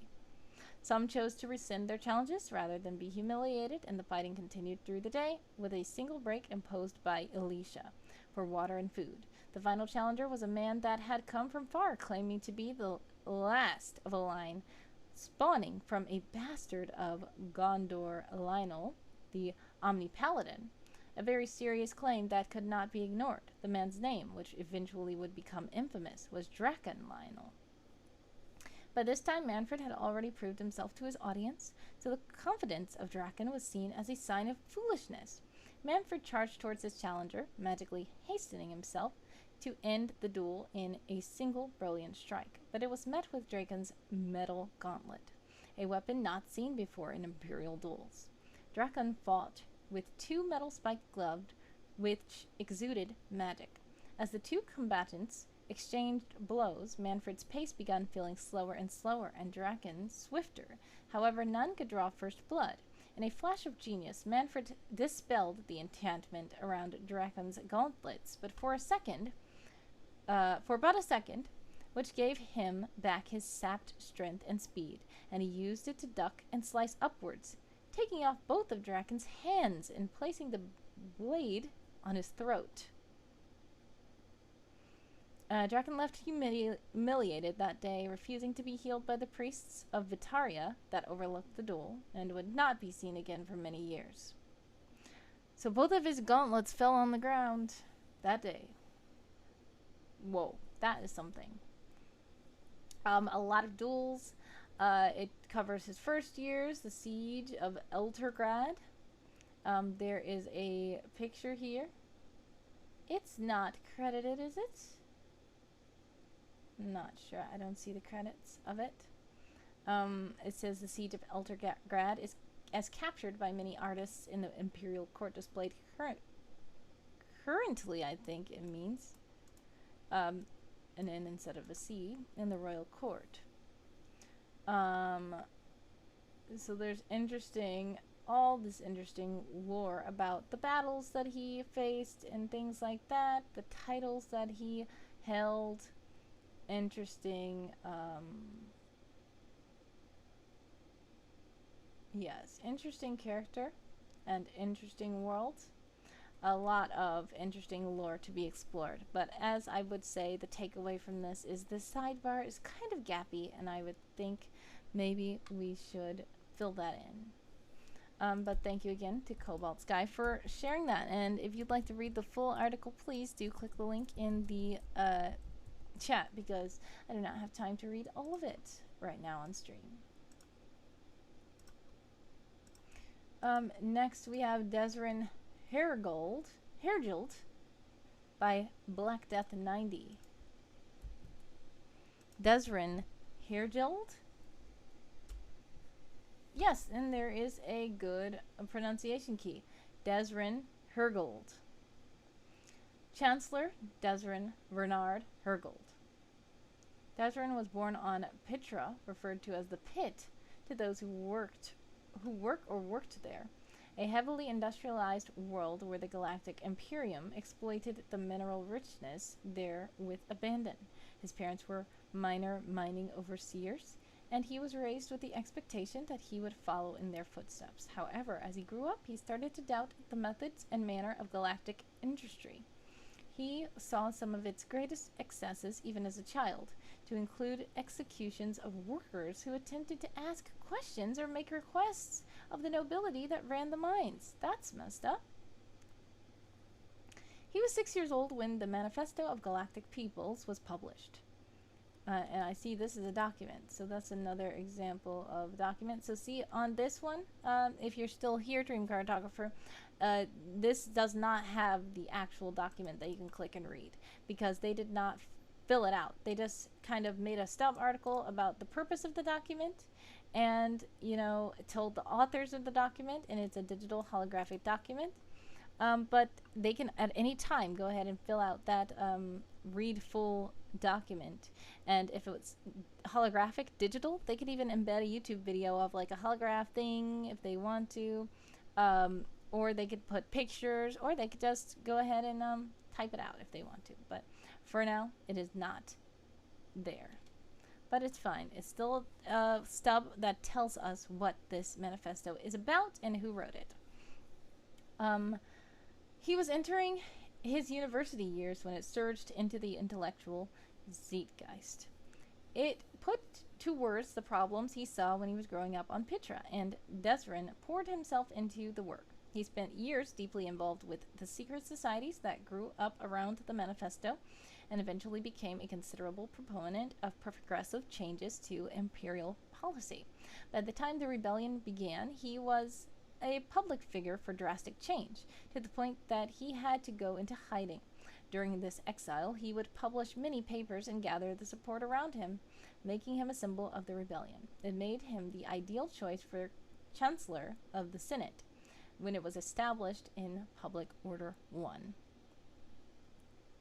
Desren went to school first on Pitra, a curriculum the nobility of the Galactic Imperium had specifically designed to keep children on Pitra and working there when they got old enough. This did nothing but add to his growing discontent with Pitra, and believed in the greater galaxy and something better outside of the rock he had grown up in.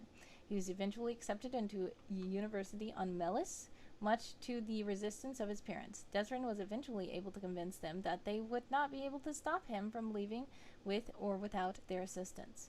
When they eventually gave in and supported his education, he majored in analytical interplanetary business, but mostly because he wanted to understand why things were the way they were. He was elected as the first Chancellor of the Senate in 3198 on the establishment of the new Galactic Republic. He had avoided several attempts on his life by the Galactic Imperium to make it to the end of the rebellion and achieve this dream. So yes, he was a proponent of change indeed. 56 years old now. Green and tired eyes. Nice description. Short, curly, brown with hint of gray hair. Tawny color, worn with stress. Thus his skin tone. So I like these descriptions. He's 5'5", 150 pounds. Interesting character and interesting art. Thank you again for sharing. I would assume that's maybe a heart breeder? Possibly? But there's no credit to the art, so please do credit your art. I don't see it. I even went down here and it is not there. So yeah, please do credit your art. I like the pronunciation. I like the layout of the world, and the sidebar is not too much shorter than the body. I would maybe add just like one thing, maybe a quote from him or something like that right there, and that would just be my personal opinion. And then that would be great. Or if you do credit the art, it would tab down and it might line up better. But yeah, thank you so much to Black Death 90 for sharing this interesting character. It does make me very interested and curious about the rest of the world as well. Dream Cartographer does say, I was about to say it will be hard to include a hologram. Yes. Include a hologram in this Manifesto of Galactic Peoples article.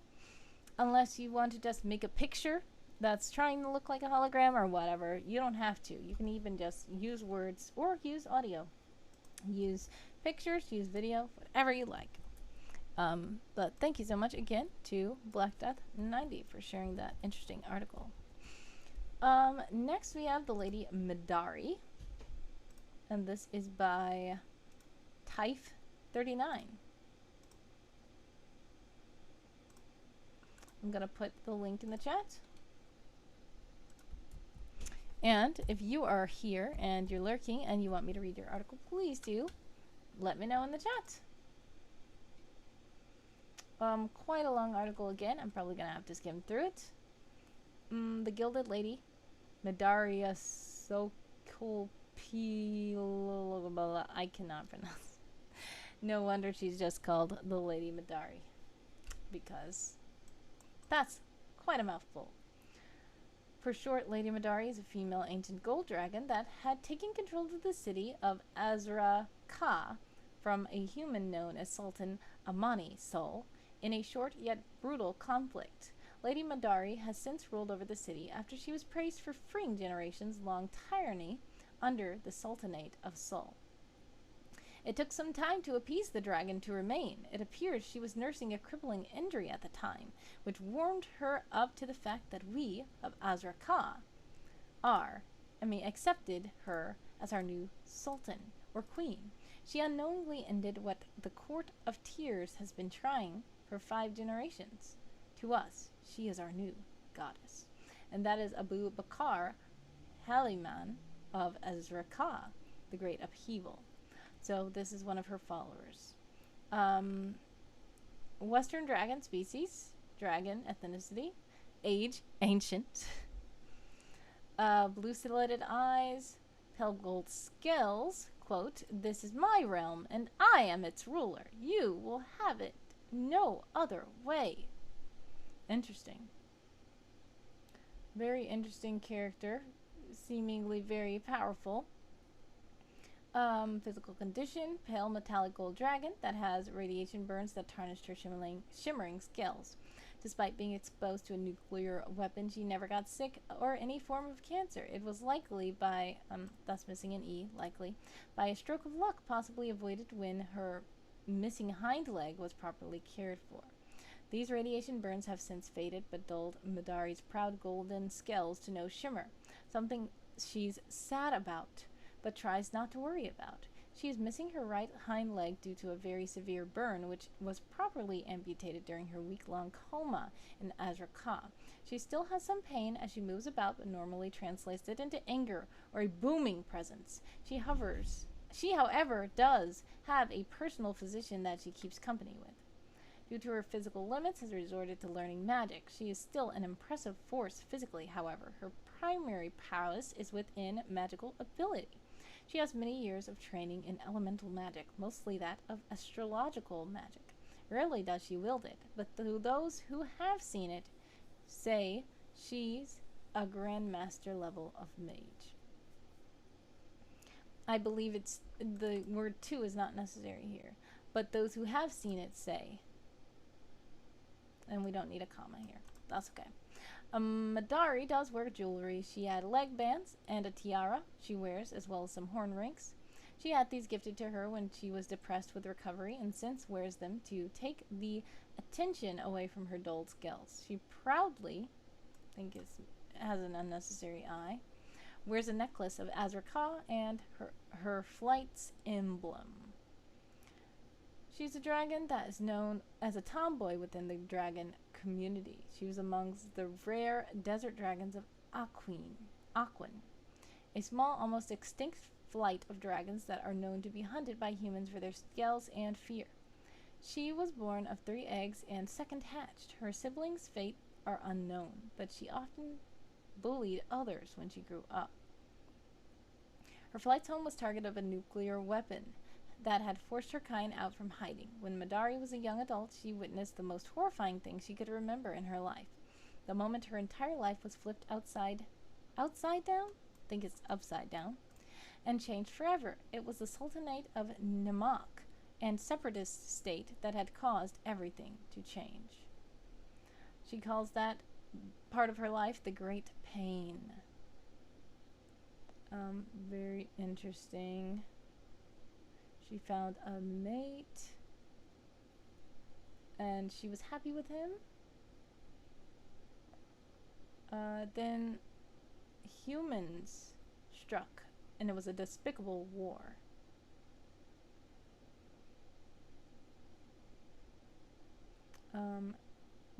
She remembers the burning, extreme pain, and Kasutholux, I don't know, I'll call it Cass. He was dragging her away for miles before succumbing to injuries. Her heart was broken, her scales were burned, and there was intense pain. She mourned for days before burying him and flying away in grief and pain. So unfortunately, her mate had been defeated, but he did drag her away from the scene before his injuries got the better of him. So this is very interesting and a sad story as well. So she, everything she had held in was held in to this point. The pain, the grief, the incoming death. She had not intended to survive this rage. This is unnecessarily uppercased H. She had everything fall right for her. Luck in the act of surprise. The Sultan never expected a dragon, especially a sick and dying one, to ravage his city. There was no war, barely any fight. Medari had targeted the biggest building there, the palace. Everything that could possibly go right for her attack had aligned as if fate itself had foretold the moment. The fighting lasted about 2 hours at most. Medari had gotten wounded more, and with one motion, with her claws, I think it means, had struck down the Sultan before rampaging to his heirs before she eventually collapsed. She had accepted death at this rate, and with her revenge complete, she closed her eyes one final time. But fate had other plans. She didn't expect to awaken, but she did, and found herself bandaged, wrapped up, mended, and even her hind leg was properly amputated at this point. There was pain, but something made it barely noticeable. She was drugged for recovery. Tired, she looked about and noted she was given a bed of sorts, many pillows to ease her comfort. Before her were a few humans. Medari didn't know what was going on until she was coherent enough to communicate. So we know that these are the people that now hail her as a new queen, a legendary hero of Gaia. She had so quickly and almost comically changed the course of an entire nation. She settled an age's war with the Namek over trade routes and aided Gaia's legendary heroes in the time of strife numerous times. She is famous amongst dragons and Gaia. Since her life-changing times with Azrakah, she had become a leading figure of the Restoration Order and its allies to help mend and connect the world, turning her city into a place of learning and shopping! Exclamation point. Very interesting. And while this article did have some dark points, it had an exciting story that was very interesting. And yes, thank you so much to Tiff39 for sharing this, or Tiff39. I would say the sidebar, of course, maybe add some links to other things, because I don't think there was many links to many things except for Azrakah, Dragon. But I know that, yeah, during summer camp things are rushed and we don't link everything. But if there's links to other things in the world that are talked about, we can put those there in the sidebar. Also, there's that thing about sticky sidebar. If you like this to stay still while the rest of this scrolls, the sidebar stays still until it's the end of the article. I think that I did show an example of that here this time, but things are merging so much, I don't know. I'm just going to do it real quick, just in case I didn't do it on this stream. So this is what you call sticky sidebar. As this stays still, then this can keep going until the end of the article, because the article is very long.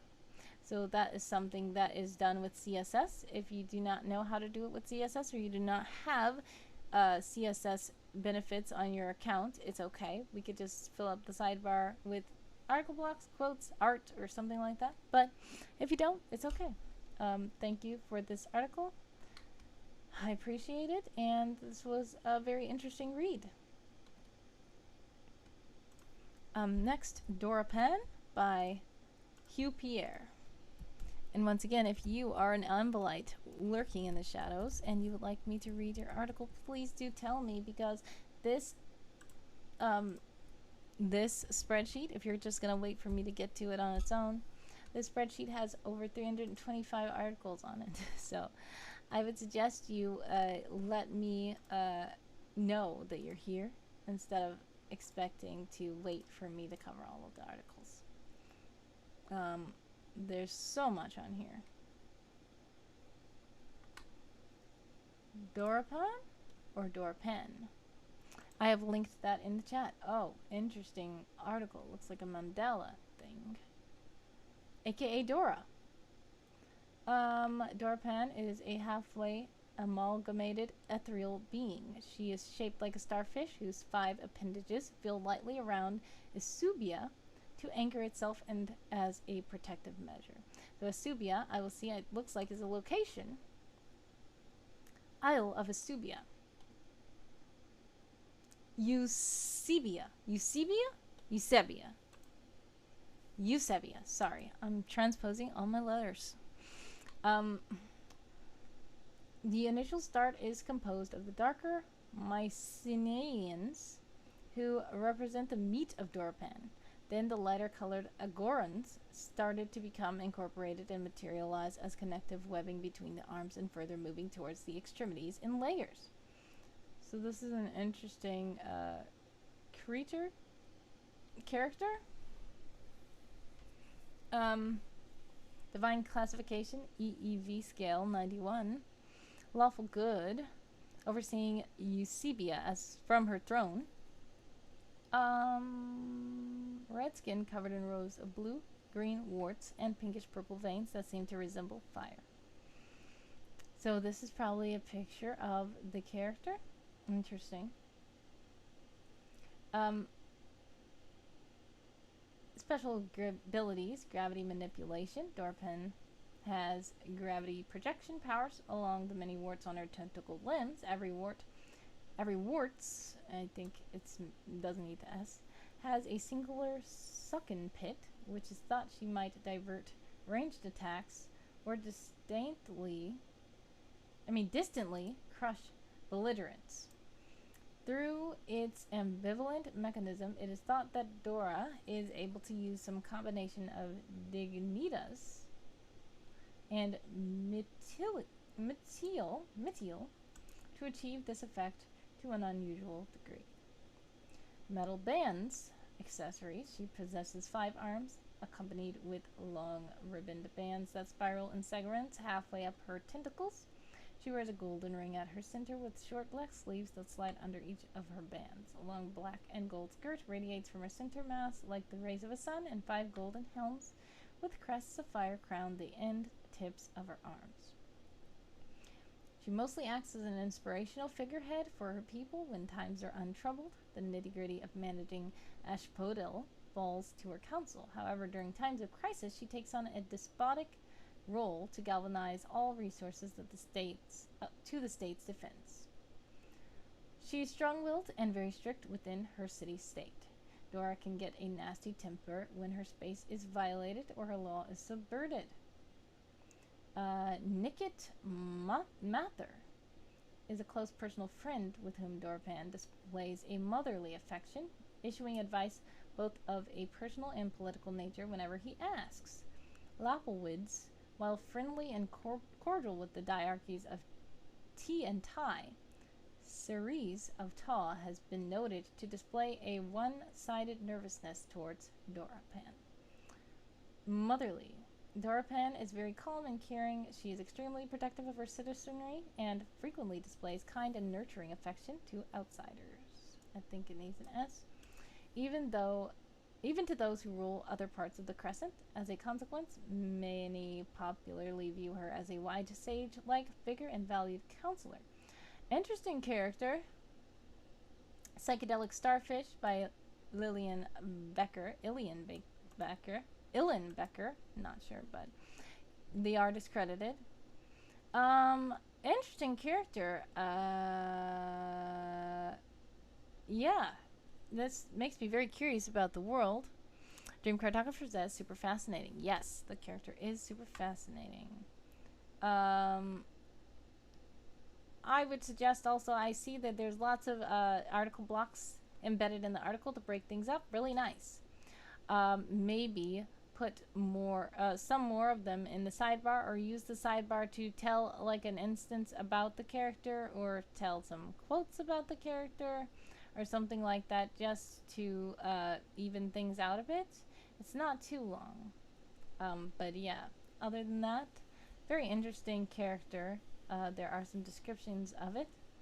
And yeah, this makes me very curious about the world. Pearl Directive?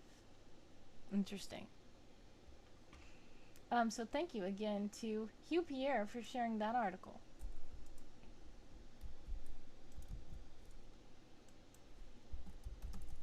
Next we have Archon by Kefkejaco. Oh, World Keymaster has redeemed. Pause, there's an ad. So I will wait for World Keymaster to be done with the ad. In the meantime, let's see. Stretch. Whew, the stream has been going for about 2 hours. I wonder how many I have left. So let's see. We have 162 on number 162. 229 is where it cuts off. The rest of these have not responded to the fact that they would allow me to read them on stream. So if I could just go ahead and, make it down here to the green, maybe, then I can try to do the rest tonight at 8 p.m. And it's done for me immediately, says World Keymaster. Don't know if anyone else got stuck in ads. I don't know. Dream Cartographer, did you see an ad just now? Because I know you just redeemed about 30 minutes ago. There was an ad for you. No ads for you. Wow. So it's, yeah, like World Keymaster said earlier, it's unfair. I don't know. Some people get longer ads. Some people get short ads. Some people get no ads. Then they get ads when the other person doesn't get an ad. It's very inconsistent. I don't understand. But hopefully the pause there's an ad is helpful, because then if there's an ad for you, I can pause. If you see an ad and don't care about it, then you can just keep it going. You don't have to buy a pause, there's an ad. But if you want me to pause because there's an ad, great. I do encourage it. How has this little thing been working for you guys? Do you guys like that little addition to the shop? If so, really cool. I was thinking maybe I could just do that because I don't know what to do about these ads. But hopefully that's a cool addition to the shop and you guys appreciate it. If not, let me know. In the meantime, we are heading over to Archon by Kefkejaco. Kefkejaco. Not sure how to pronounce it. Archon. Already. Very interesting layout of the article. I like it. Kefke. I like to just call them Kefke. I don't know if that's how they pronounce it. I think that's how they pronounce it. If that's not, please let me know if you are watching this in the future. I think this is the avatar of Kefke, which is really cool. I like how it is. Yep. Yamadaris misplaced this image by Kefkejaco with Hero Forge. Misplaced it. Okay. But this is the profile of Kefke, and I like this this guy. He looks real cool. Real cool. Anyway. Let's see. Archon. Already, as I was trying to say, the layout of this world looks nice. The CSS of the world, the art of the world, the coloration of the world, and how there is there's not really a sidebar. As you see this world already, what Kefke has done, it has just deleted the sidebar altogether and just is using columns. You see this column?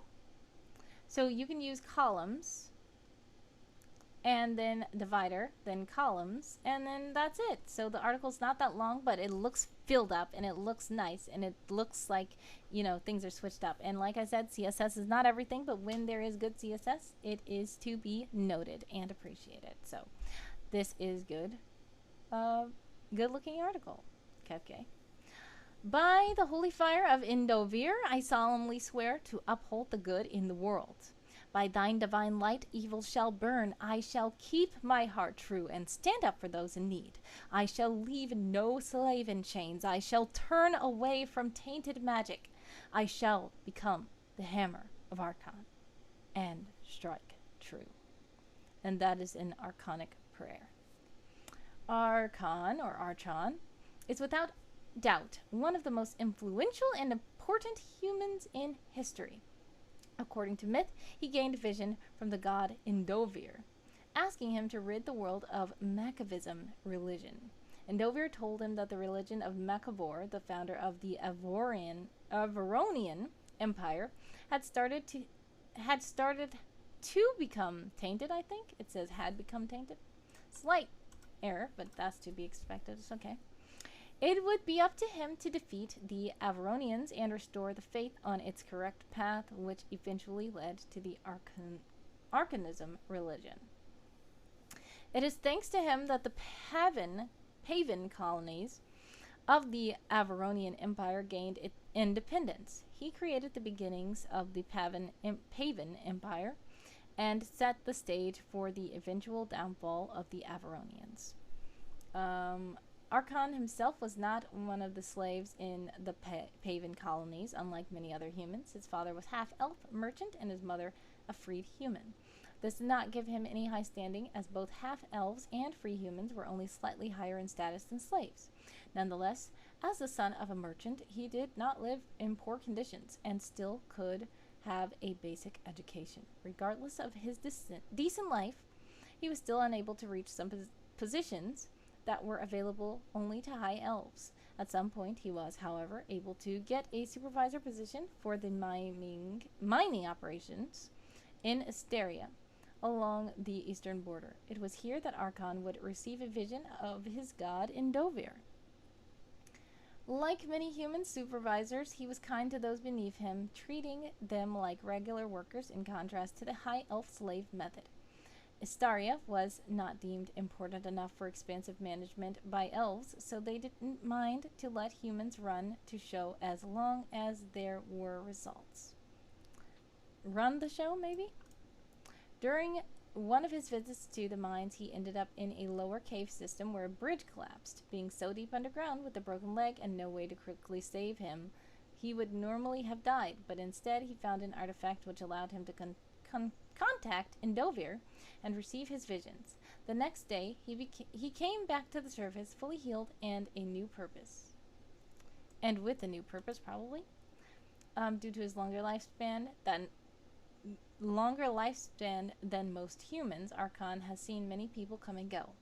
That is also why he had several wives and many children from the various marriages. The current Pagan emperors are believed to be descendants of the first marriage.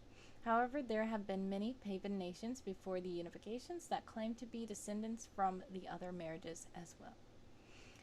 So this is where the sidebar would be. This is a portrait of the character, Archon. I think this is Hero Forge. Yes, it is. I know it's Hero Forge. Additional information. I like the CSS of the world, how it highlights things and stuff like that. That's cool. 364. Date of birth, BF. Date of death, 184 BF. Age, 180. Astaria. Birthplace. Black hair, tan skin, 2 brothers, and 2 sisters. Together with the artifact connection, Archon to Endovir, he founded... Together with the artifact connection from Archon to Endovir, probably, he found something else, a gigantic mountain of divine falls, and it tells us what a falls is, and it looks like it's a material. It allowed him to start teaching people divine magic in secret.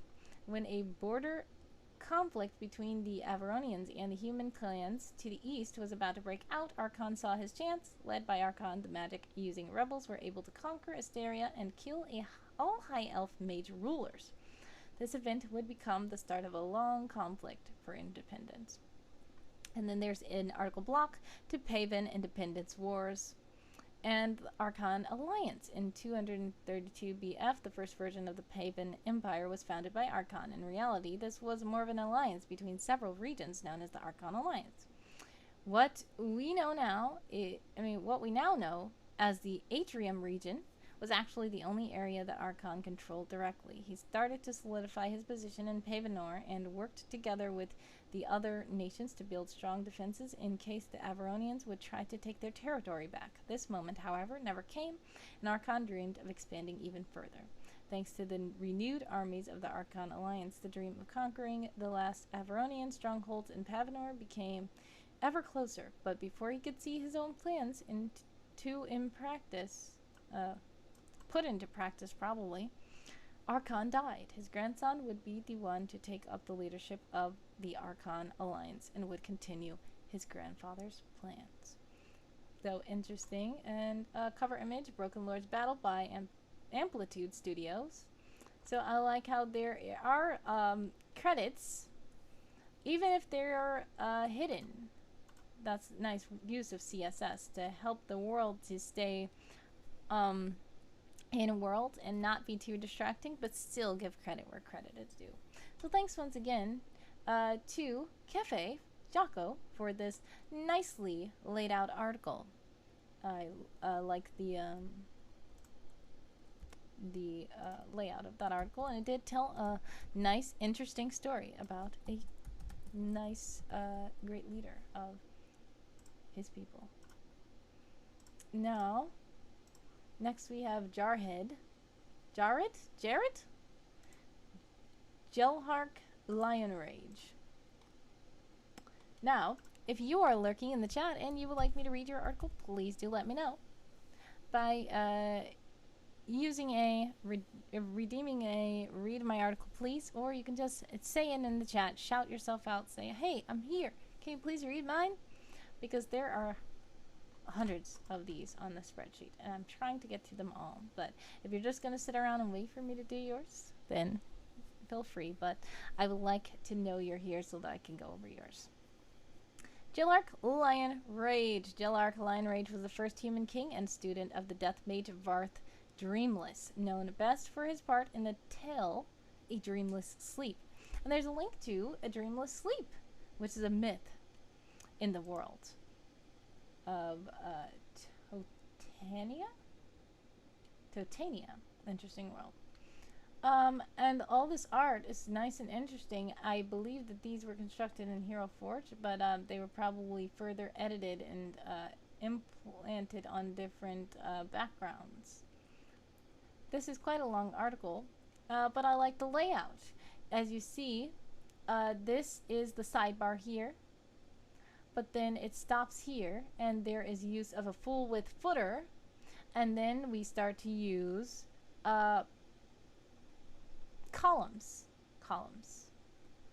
and then there's dividers, and there's two columns, and then there's dividers, and then there's columns, and then there's dividers, and then there's columns. So this is a nice article. I like how it is switched up, and it's nice. And then there's a full width footer here, and yeah,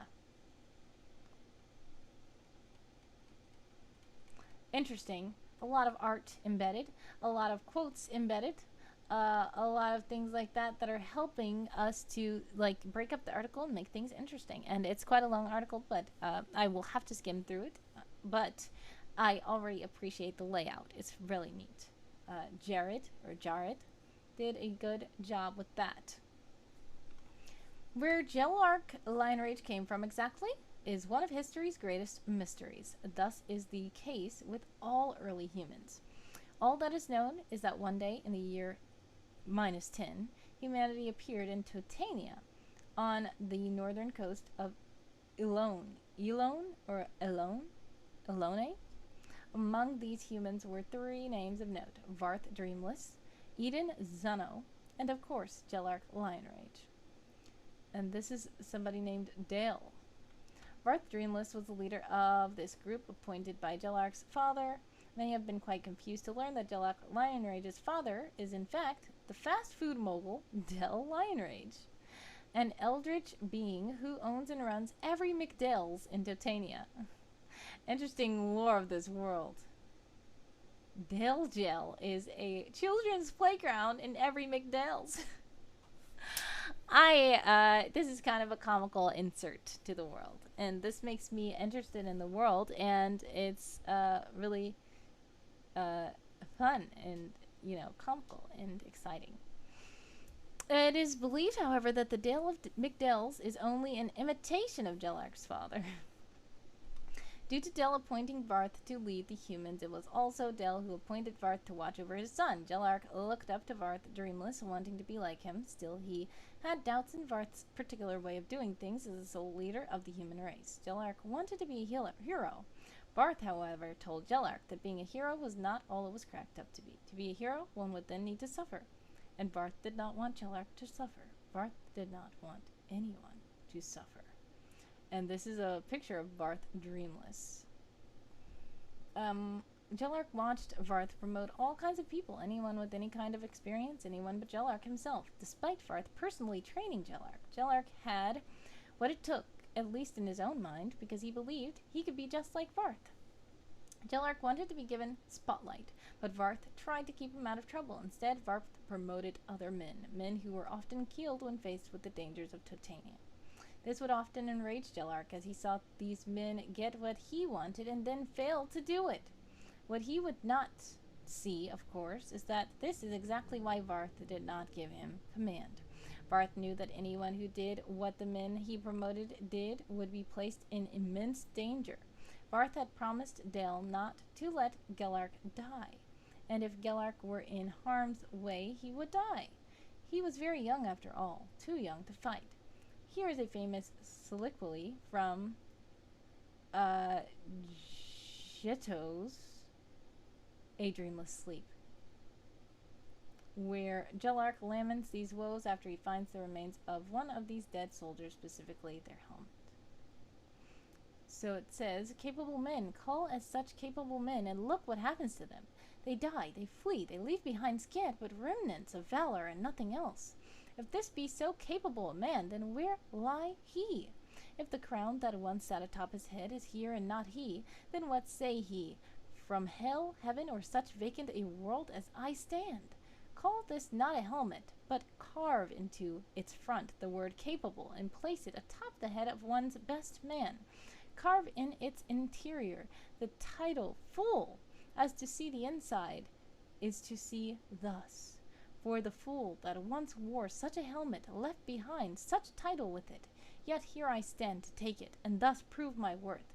Call it to me now, O keepers of honor. Call me hero, call me warrior, call me a name I have yet to earn for events as that are commonplace in the land of clowns that I have found myself in, where simple common sense is outweighed by the rule of beasts. Place upon me the responsibility of which I could handle with 10 times the grace of such capable men. And he is very disappointed that he did not get a chance to go out. Humanity's continued survival and prosperity can be attributed to Gellark Lionrage's actions, defeating Varth Dreamless and driving the goblins out. He has not only helped humanity to settle, but he showed the world that humanity could reach even the peaks of power seen in such well-known, the powerful races like Dragonborn, Elves, and of course Goblins. After all, Gellark Lionrage was known to be one of the strongest people of his time, rivaled only by his mentor, Varth Dreamless, the 7th Grand Wizard, Perzita Theldrar, and the future Captain Commander of the Elves, Nargeid Laren.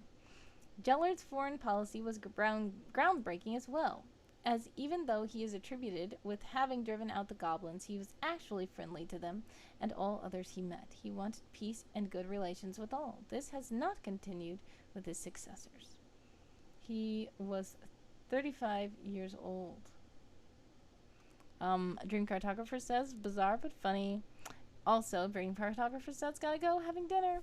Alright, have a blessed one. Thank you so much for hanging out with me, and enjoy your dinner. Varth finally confronted Gellark after Gellark said he would not mind dying. Varth assured Gellark that death is no laughing matter, so live. Gellark, however, did not believe Varth's words, as Varth often placed himself into danger. Gellark pointed out Varth's hypocrisy, but Varth said he has no intention to die because if he were to die, his people would be left alone with no one to take care of them, especially Gellark. Gellark did not see the difference in what Varth did and allowing himself to die. To say Varth would do anything for the people, but to say, too, that he would not die was a double standard, and that Gellark did not understand. Varth told Gellark it was better to live than to tell the tale. It was better to live to tell the tale than to die a hero. So then goblins arrived. Interesting. And Varth trained Gellark to use a sword, though Varth himself was not the most skilled with the sword. Instead, he used a spear. Varth told Gellark he intended to teach Gellark how to fight without killing. Gellark knew the goblins would kill, but Varth wanted him to do better. This is Zelgril? Oh, the goblins were led by this. Zelgril and her daughter, Gibril. In this world, fighting is necessary, but killing one another is not. That's what Varth said. Eden Zuno appeared again, spouting nonsense about a goddess of humanity. Etheris, Gellark called nonsense. He believed it to be impossible, but Eden insisted. He showed what he had learned from Etheris's teachings, magic. So, Eden taught Gellark magic, where Gellark learned he was an ace. This meant he could use every magical affinity and would be able to be one of the best mages alongside his martial prowess. Varth did not have any magic, and Gellark decided this was his chance to step up and help Varth. I'll protect that, if you allow me to. I shall do the things Varth Dreamless can do. It will be tough, perhaps too much for me, so I'll grow to that level, set Varth's mind free, unshackle the hope he held at the seam, and grant him the chance, perchance now, to dream. And there's so many little quotes back to this A Dreamless Sleep. which is interesting. I would like to see, where was it linked up here? It's a myth, so it's a very detailed myth, and it tells all kinds of things about Lionrage's story.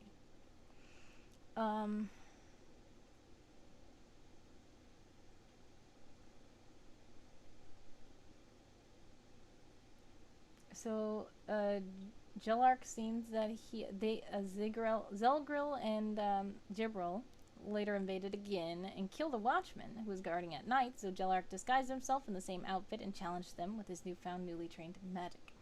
Zelgril had magic, but Gibril didn't. Gellark noticed how Gibril was insecure about her magic and tried to go easier on her. This did not work out too well for him, as she had trained with the Dragonborn and was able to knock him out with a hit to the head. Gellark was captured by the goblins and imprisoned, watched over by a goblin watchman named Seglet. Here, Gellark connected with not only Seglet, but Gibril as well. With Seglet, Gellark saw that they were not truly as opposed as they all thought they were, and how they all fear the unknown. Gellark makes a plan with Seglet to hopefully unite the humans and goblins despite their differences. He hopes that through this, and with Gibril's help, which she is eventually convinced to give, they could bring peace to their warring people. Varth had sought out a way to free Gellark and drive the goblins from their land. Ultimately, his answer came from the goddess of death, Morgan. Morgan gave Varth her item magic, since he did not have magic of his own. Thusly, he gained the most terrifying power, death. Death magic was something that could kill anyone, but it came at a cost. Despite Varth promising Gellark that he would not die, he sacrificed his life so that Gellark and the other humans could live peacefully, away from strife. Little did he know this was working against Gellark's own plan. Still, he gave it all up. Fall now myself into an endless sleep, a dreamless sleep of which I will not wake. For Neurodil, for Gellark, for you all. I condemn myself to death 1,000 times. In humanity, I contend to life. With his new mindless form, as he lost all control of his body to the force of death, Varth Dreamless went across alone, killing goblins and humans indiscriminately. He had not wanted to kill before, and Gellark knew this. It was what disgusted him most when he saw Varth struck the way he was, a servant of death. So obviously, Varth has accidentally, in trying to sacrifice himself, has become a death, mind-controlled death killing machine. So at the end, it was said that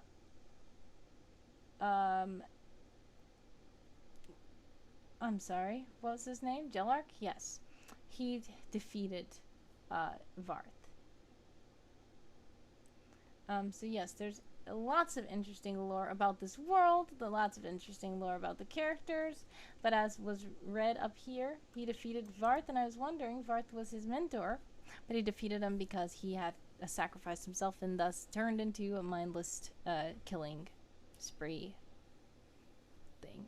So, it's a story with ups and downs. It's a story with lots of detail, a world with lots of lore and lots of comical aspects, as well as lots of drama and lots of excitement, adventure, and suspense. So thanks again to Jarhed for sharing that Gellark Lionrage article. If you are in the chat, please do let me know if you are a World Ambolite Beam who wants me to read one of your articles.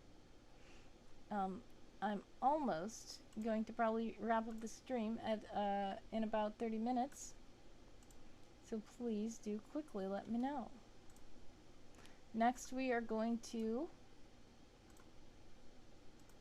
Lord Vonak Dragon Maul by Hefe. Now I'm putting that in the chat. Alright, so it says intro quote, intro source. Already we see there's a little placeholder still left there, but that's okay. Sometimes we have our article setups. We have our little custom article templates that we make. And clearly Hefe did not end up replacing these placeholders, but it's okay. I see there's side note 1, there's quote source, quote 2, final quote. interesting. Yes, so already interesting, and I would say this is a great example, though, of what we can do. We can keep these article templates, custom article templates that help us to know how to break up our articles. So even though Hefe did not replace these, we know that that would be a great place to put it. And the CSS is nice. When you hover over it, it emphasizes and stuff like that. Very nice CSS usage. Clean world, nice little codex here. Nice art, like it. Anyway, the Duke of the Isle Awolee, the Isle of Awolee, veteran of the Decade of Darkness, helped to reclaim the island of Awolee in the reclamation of Awolee. For his bravery in the Decade of Darkness, he was rewarded the Dukedom of Awolee. And there is a link to Awolee. Some of these things are bolded, so I figured that the articles aren't yet done. That's okay. At first, this was a welcoming decision for the Apoleans at the time. The Duke's leadership was paramount to the rebuilding of the island. However, recently there has been a rise in criminal activities. The populace of Awolee is becoming unrestful towards the Duke as rumors of corruption spread.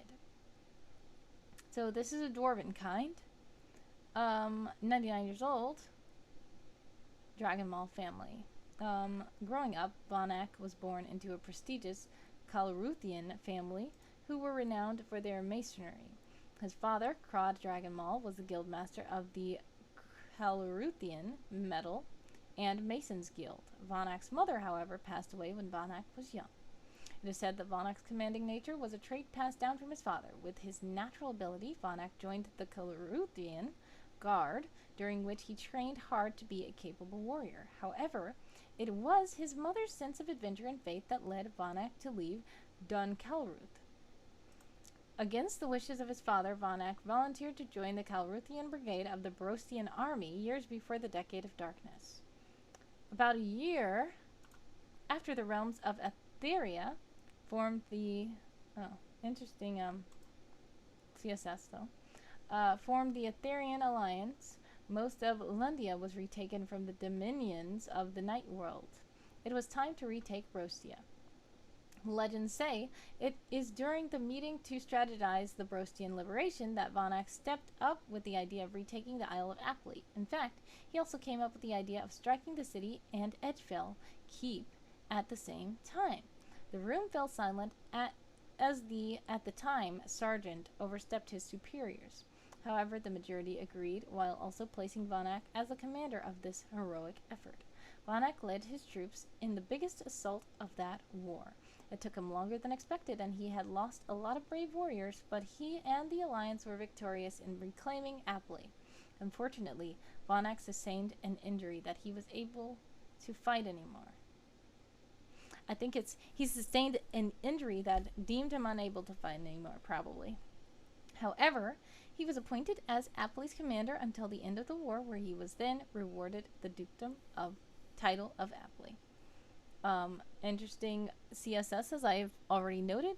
Interesting use of quote blocks, even though they are placeholders right now. It's a good setup for an article. I would say maybe you can have some article blocks in the sidebar to fill it up. Maybe a little bit more description of the character specifically, like eye color, if he has hair, if he doesn't have hair, skin color.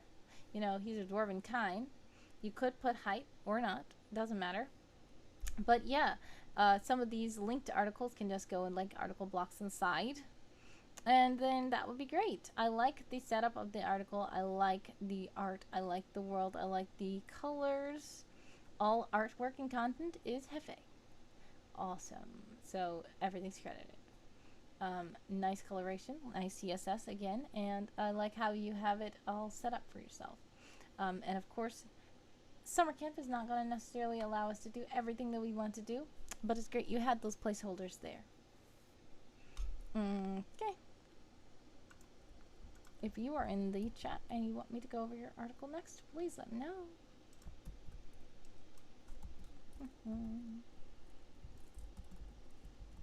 Next we have Ilthurin Farxidor of Bequinta. Bequinta? By J. Hickey 25.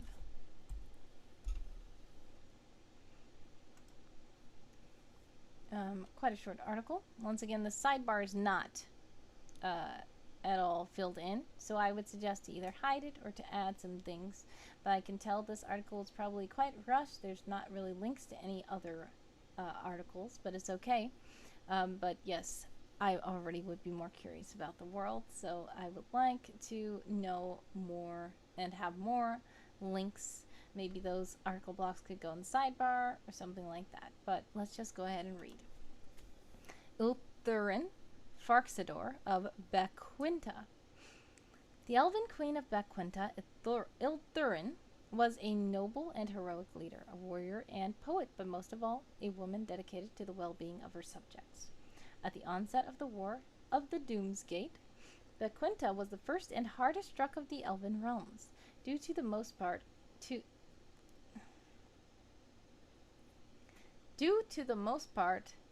its borders on the Dark Lord's domain, and due to the Dark Lord despising elves more so than most creatures. The armies of the Dark Lord seemed intent on punishing the people of this land more so than any other. Ilthurin set herself and her warriors hard into the fray, seeking to harry and delay the Dark Lord's forces as much as possible to facilitate the evacuation of her people via river barges among the Polernitsdak River to the Penske Bay and on caravans to the western kingdom of Ariamolumia, then south via the Tungrim River into the Penske Bay, where ships were awaiting to ferry her people to the south.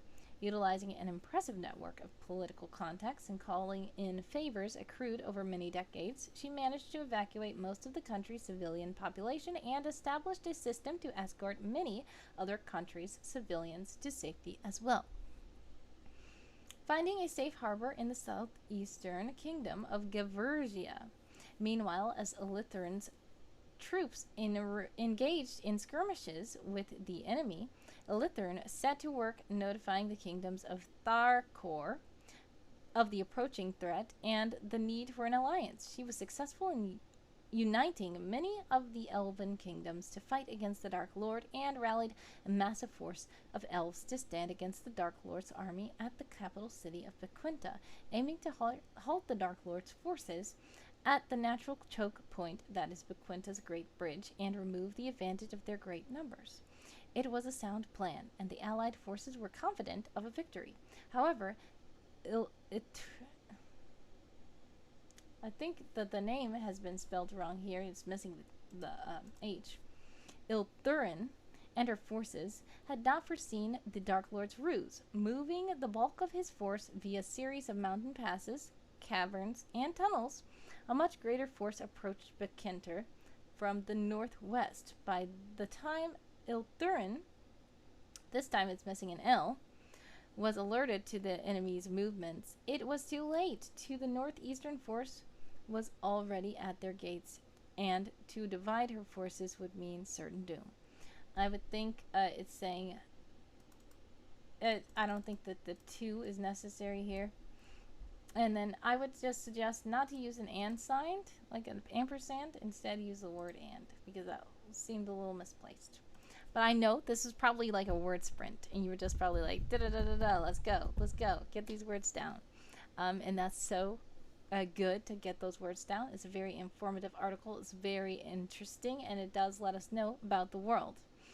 So I'm going to finish with this last paragraph. There seemed only 2 choices: to stand and fight as heroes and see the sunset for one last time, or retreat to fight again if lucky. Ilthurin chose to fight. With a rousing speech, she encourages her troops to stand by her side, if not for the safety of the rest of Tharkor, then for their loved ones escaping to find safety. Many left, but those who stayed stood and fought braver than most heroes of myth. They held off the Dark Lord's forces for weeks in a siege that became known as the Siege of the Dancing Lights, due to the flaming projectiles that flew back and forth over the city in the night. In the end, the city fell as fires raged throughout, and Elithern's forces fell slowly but surely under the fist of the Dark Lord's army. Even now, songs are being sung across Tharkor, telling of Elithern's great deeds and her heroic last stand in the siege of the Dancing Lines. So, interesting character. Unfortunately, it does not seem that she or her army prevailed against the Dark Lord. But it's an interesting tale, and people sing songs of this great effort that was made as a last stand. So thank you so much again for sharing this. This is an interesting world, and I would love to learn more about it. I see that nothing is linked, but like I said, when you're just sprinting through summer camp, you're not thinking to link everything. You're probably not. And the sidebar was neglected, but that's okay. To prevent it from being a word wall, we would probably want to add something to the sidebar as opposed to hiding it. But I can show you how to hide it just in case you want to hide it. I would like to know probably more about the character, how the character appears, how it looks, how she looks. Even if we don't have a portrait, a description would be great. And then some linked article blocks, maybe, and that would be good. But if you want to hide the sidebars, okay, just go to sections, go down the sidebar, and uncheck this display article sidebar, and it will override to not show the sidebar. But thank you again to jhickey25 for sharing that article. Very interesting character. Next we have King Megacles the Strong. Megacles? I'm not sure if I'm pronouncing that right, but I think that's what it is. Megacles? King Megacles the Strong, maybe?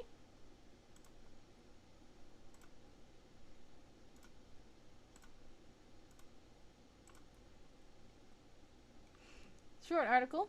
Ooh, already interesting. I like how it is shown that the sidebar is at length with the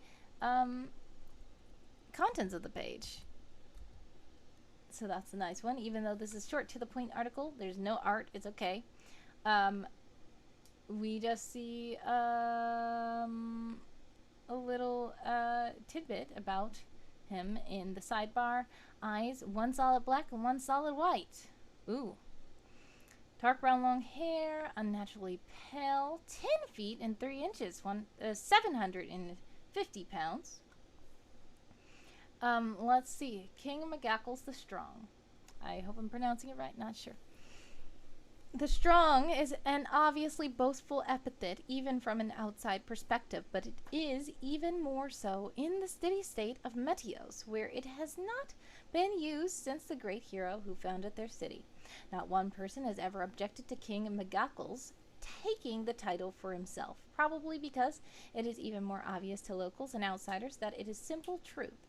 Megacles is descended from giants, and their blood runs strongly in his veins. He is over 10 feet tall, nearly as broad, and made of mostly muscle. From the moment he was crowned, King Megacles has obsessed over securing an heir greater than himself and passing on to them a greater kingdom that he inherited himself. His first attempt was a marital alliance with Andaros. He had hoped to expand to the point that his heir would inherit both cities and have a stable base with which to build an empire. His alliance progressed beautifully, but only the child he was able to father with his wife was small and sickly. The only child he was able to father. The king has recently set aside his wife and begun courting Queen Acte of Crotera, an action which has pushed the entire region of Hellenis to the brink of war. His new alliance will be much less wealthy than his previous one, but even more maritally puissant, and the unique genetics and genomancy of the Croteran royalty means he has very good odds of siring a child. Genomancy, sorry. He has very good odds of siring a child worthy of commanding such powerful armies, if he can live long enough to do so. In order to ensure that outcome, the king made a deal with devils, literally. While the details are unknown, he paid a price steep enough to gain the protection of the hell's greatest knights for himself and his betrothed. Wow. His betrothed. That is very, Interesting character, short to the point. It tells about the character. He's 36 years old, and he cared so much about his throne that he set his wife aside to court somebody else, and he made a deal with devils that he can have a good child that is strong enough for the throne and stuff like that. So that kind of shows where his priorities lie. It doesn't seem like he's taking all the things into consideration when he's doing this. He's really set on having a good kingdom and having a good heir for the throne, but it seems that it comes at a cost, and he is not, he doesn't care about the cost that it comes with. So, interesting. Thank you for sharing this character. As I said, there's not much to say because this, about the formatting. The, sidebar is good. The body is good. It's not, you know, too much of a word wall. It's a very short article. If you want to just like tab down one, then it can exactly line up with this. Like break this up into 2 paragraphs maybe. And yeah, I would just say that this is a very interesting article, interesting character. I would want to know more about the world. There's not really many links here, but there are some links in the sidebar, so that's good. But thank you so much for sharing again. Philip Wynn, King of McGackles the Strong. Once again, I'm not sure if I'm pronouncing it right, though. Philip W.N., or however you pronounce your username. Thank you again for sharing. Once more, if you are in the chat and you would like me to read your article, please do let me know by saying so in the chat. I'm just going to read a couple more articles, and we will see. This is the second to last stream of the great leaders of their people that I have had the pleasure of sponsoring, and I'm attempting to read all of them if I can, so that I can judge which one will win. This right here is not a very long article. Once again, I do see the sidebar is totally empty. I would suggest maybe putting this quote over there, and already that quote over there will make it quite long, and it would be even. And then maybe putting a description of the character. Oh, yep, there's a description here, so you don't need that there. You might want maybe an article block or 2 of Orth, or the Orthlands. I'm not sure. Once you put this over here in the sidebar, it's probably going to be quite long, and you probably won't need much else to make this even. But if you want to hide the sidebar, I just talked about it a second ago, you can just go ahead and override here and click override. Do not display article sidebar. And that's in sections, sidebar sections. But I would suggest, yeah, you probably just want to add something to the sidebar, especially this article being quite a short. Hasurin by Paul Norris, and I have dropped the link in the chat for you to read along if you would like to learn more about this world. Leader of the people of the horse. So, you have heard of my brother? Yeah, he is well known in Belden, probably for being a difficult man to negotiate with. He always walked in the footsteps of our father, a born leader. He is good at it too, quick to resolve disputes and fast to make a decision when time is short. Decisive and a bit intimidating, if you're not me, of course. He has the respect of our people, and their power too. No one person in the people of the horse has power. It comes from everyone. Not the life for me, though. I let him do all that, even though I am the elder brother. I prefer to spend my time out on the land. And that's a quote from Tasir of the people of the horse. The unlikely second son. Most of the time among the people of the horse and the Orth, more generally the elder sibling, is expected to take over their family's duty. In Hasuran's case, his older brother wanted nothing to do with leadership and instead spends seasons traveling the Orthlands alone, speaking with the other peoples of the plains and talking the ears off of travelers. This led Hasuran to take over his father's role of leading his people. There was no expectation that he would be worse because he was his second son. Any social stigma fell on his brother for becoming a wanderer. Hasuran was happy to accept the role. He had always idolized his father and his mother, who continues to play an important part in their community, and bears no ill will towards his brother. Instead, he has convinced the people that his brother's calling is of a spiritual nature, and that the knowledge he gathers and shares is useful to them. Desren has an imposing presence. He's over 1.8 meters tall and with a wide build. He wears several layers, as is common with the Orth, and that makes him look even bigger. His hair is pure black, and he keeps it cut short, an uncommon choice, but a distinctive feature that is memorable to the people of the plains. Already very interesting article. Makes me interested in the world, and I want to learn more about these characters from Linebound world. Yes, so once again, just the sidebar evening out is just my pet peeve. But other than that, thank you so much for this article. I like how there's a quote from the brother, and it gives us a taste of how the brother feels and how Desren feels. He was happy to take on the mantle even when his brother did not want so. So yeah, thank you again for sharing. This is a very interesting article and a very interesting character. Very interesting world as well.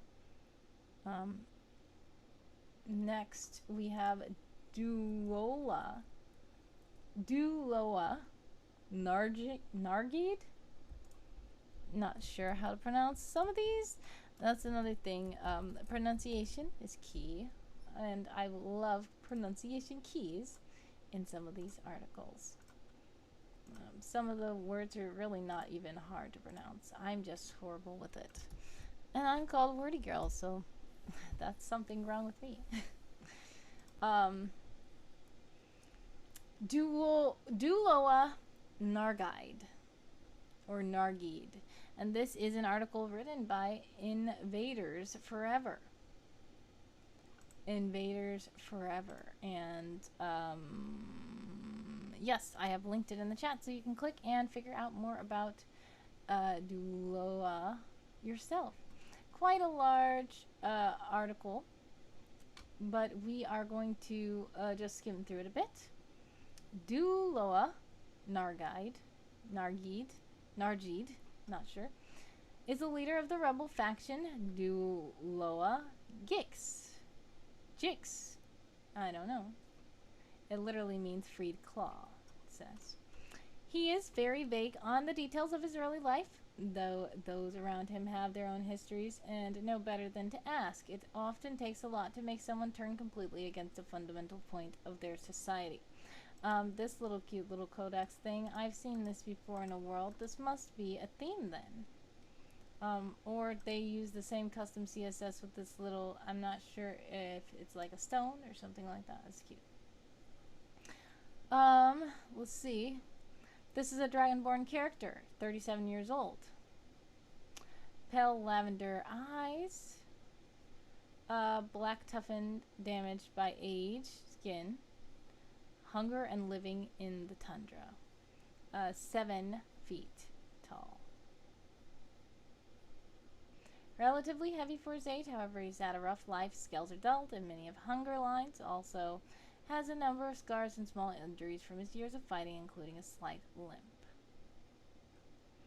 Now that he lives further south, the height of the mountains allows him to continue wearing traditional North Coast dragon-blessed garments in many occasions. Favorite color is blue, often adorns his clothes in that color.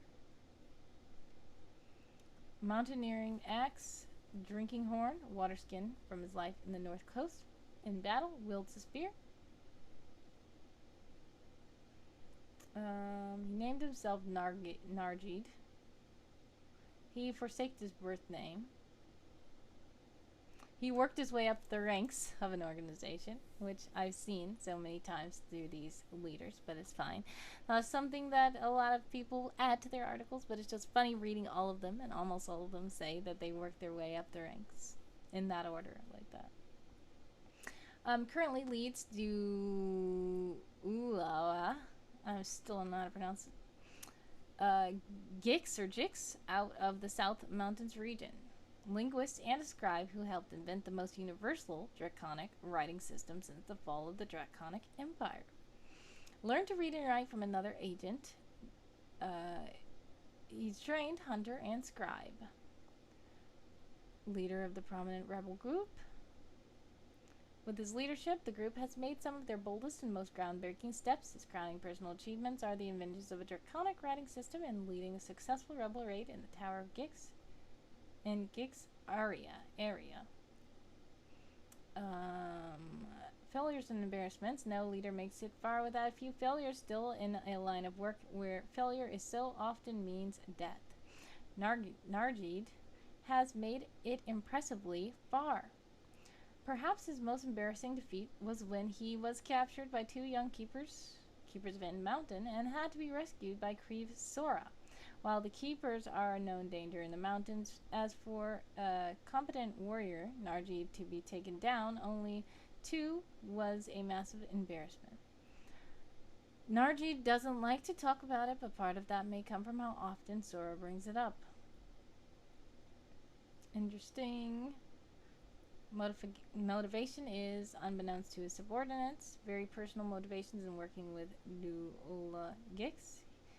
He has lost a brother, father, several friends, and a lover to either hunting accidents or sacrifices. These experiences have made it clear to him that living in service to the dragons was not the best way of life for the dragon blessed.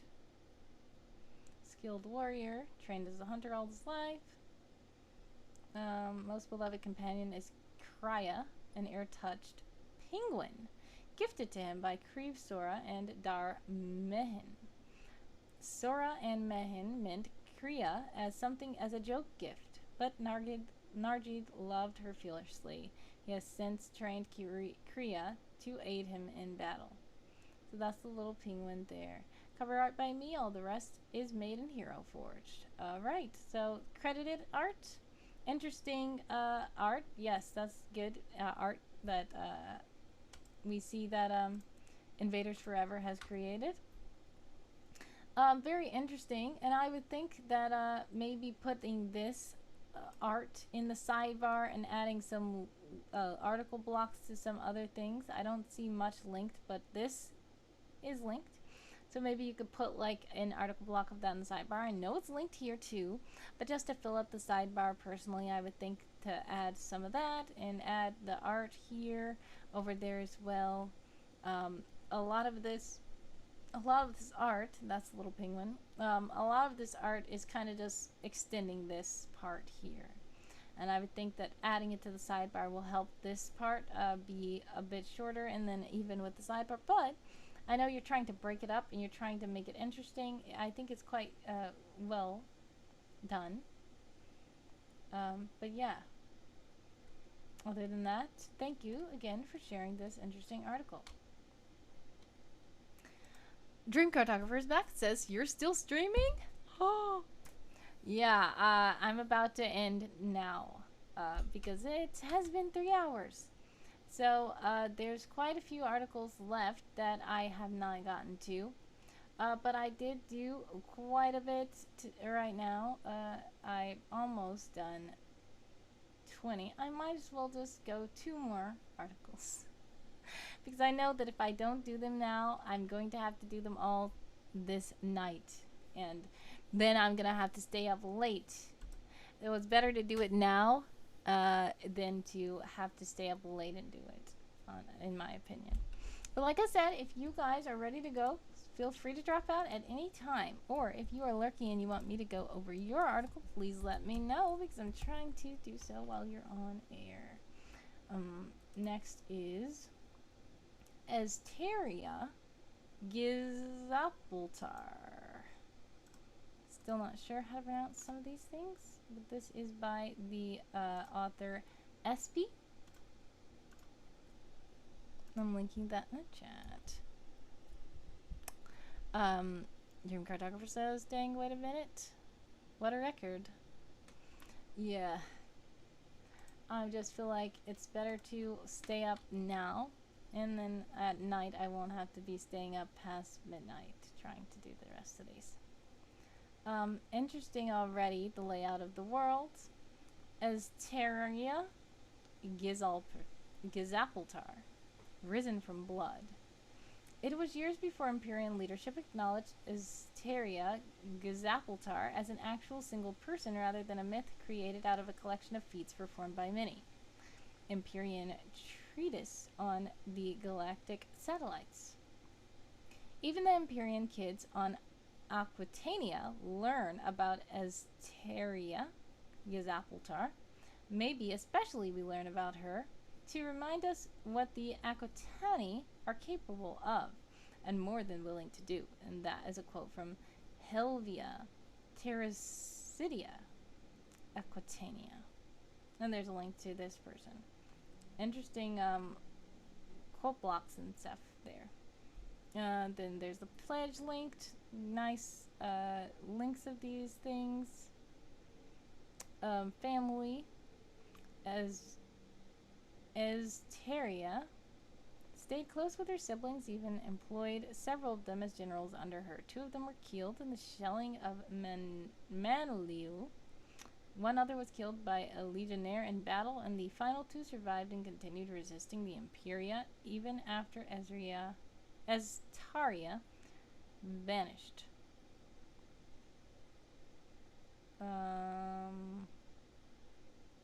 Lots of things here. Interesting lore. I do see some article blocks are linked, which is good. I would see, maybe I would put Astaria's disappearance in a full width footer, and then just add 1 more article block here so that this can be at length with this, and then put the rest in a full width footer so that it can be nice and across the page and not be leaving this blank space here. But that's just my opinion. Let's see. So it sounds strange that this is a character that may be a myth. The chieftain of the Gazapul Terrace, upon arrival of the Empyrean fleet to Aquitania, Asteria was such a powerhouse of resistance against them that the Imperia felt it necessary to level her hometown in an attempt to intimidate her into compliance. She used her knowledge of truo hunting to trap Empyrean legionnaires for the creatures, and engaged in various acts of piracy and sabotage that would eventually lead to Empyrean withdrawal from Aquitania's surface for over several years. Origins of the War of the Teeth. Born in the Eastern Barrier Islands, she was the youngest of 6 children, but quickly established that she wouldn't be needing her older siblings' help growing up. Fiercely independent, even for an Aquitani, little Asteria would vanish for days at a time and reemerge, having hunted creatures in the waters around Manliu. She would invite herself to village meetings and learn about leadership by observing these meetings. Her childhood was punctuated by the War of the Teeth and skirmishes that emerged from it. When she was 25 years old, she assumed the mantle of leadership for the Gazapultaris, and at age 30 fought Protectus Laverpersar and escaped a truo with her. And truo keeps being italicized, and I wonder what that means. I would like to know more about that. There's no link to it. Maybe the article's not done yet. After the War of the Teeth ended, Protectus, I don't know how to pronounce that either, as Taria worked on the alliance between their people. They had mere months to do so before a gigantic legion descended from the sky. Dream Cartographer has redeemed a pause. There's an ad. So there is an ad. So, yeah. As we are looking around at the fact that there's an ad, I am going to end the stream soon. Yes, I am. I just really just want to get done with 2 more articles, I think. And so, Dream Cartographer says, oh, you're in the corner again. Oh, hello. I'm in the corner. I'm just trying to figure out what is 229.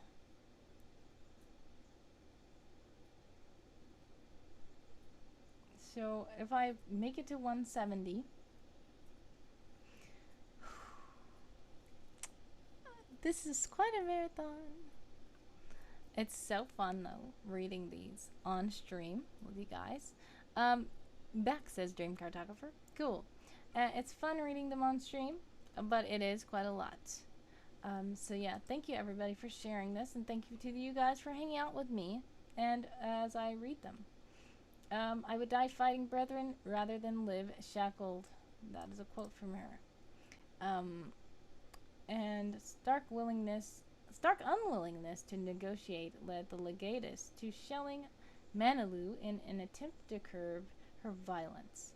While the shelling was successful in wiping Manilu off the map, the Lavreplethorus of Bialu took in the Gizapaltar survivors, and Asteria's attack on the Imperia increased in viciousness and frequency. Almost every other Aquitani clan joined Asteria's force to drive the Imperia off Aquitania. And such was their aggression that the Empyrean forces withdrew into distant orbit around the planet. They remained there for months before Asteria assembled a fleet of ships, and they took to the outer atmosphere and would sink incoming ships carrying supplies and more legionnaires.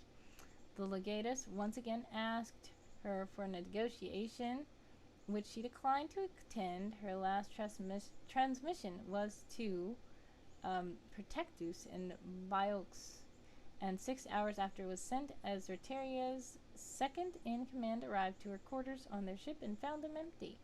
Azerteria,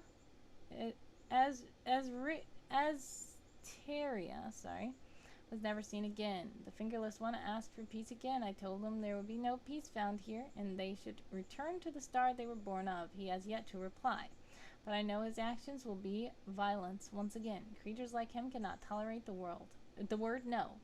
Truly, I prefer the simplicity of the Croturo. My darlings, I will return to the sea with his eyes in my hands or not at all. That was her last transmission. So, interesting character, interesting world. There's like, this is credited art. It's like a space opera, maybe it seems. Some kind of fantasy set in a planet, and they have the access to space and stuff like that. So this is an interesting world that would be great to learn more about. So thank you so much again for sharing that, SB.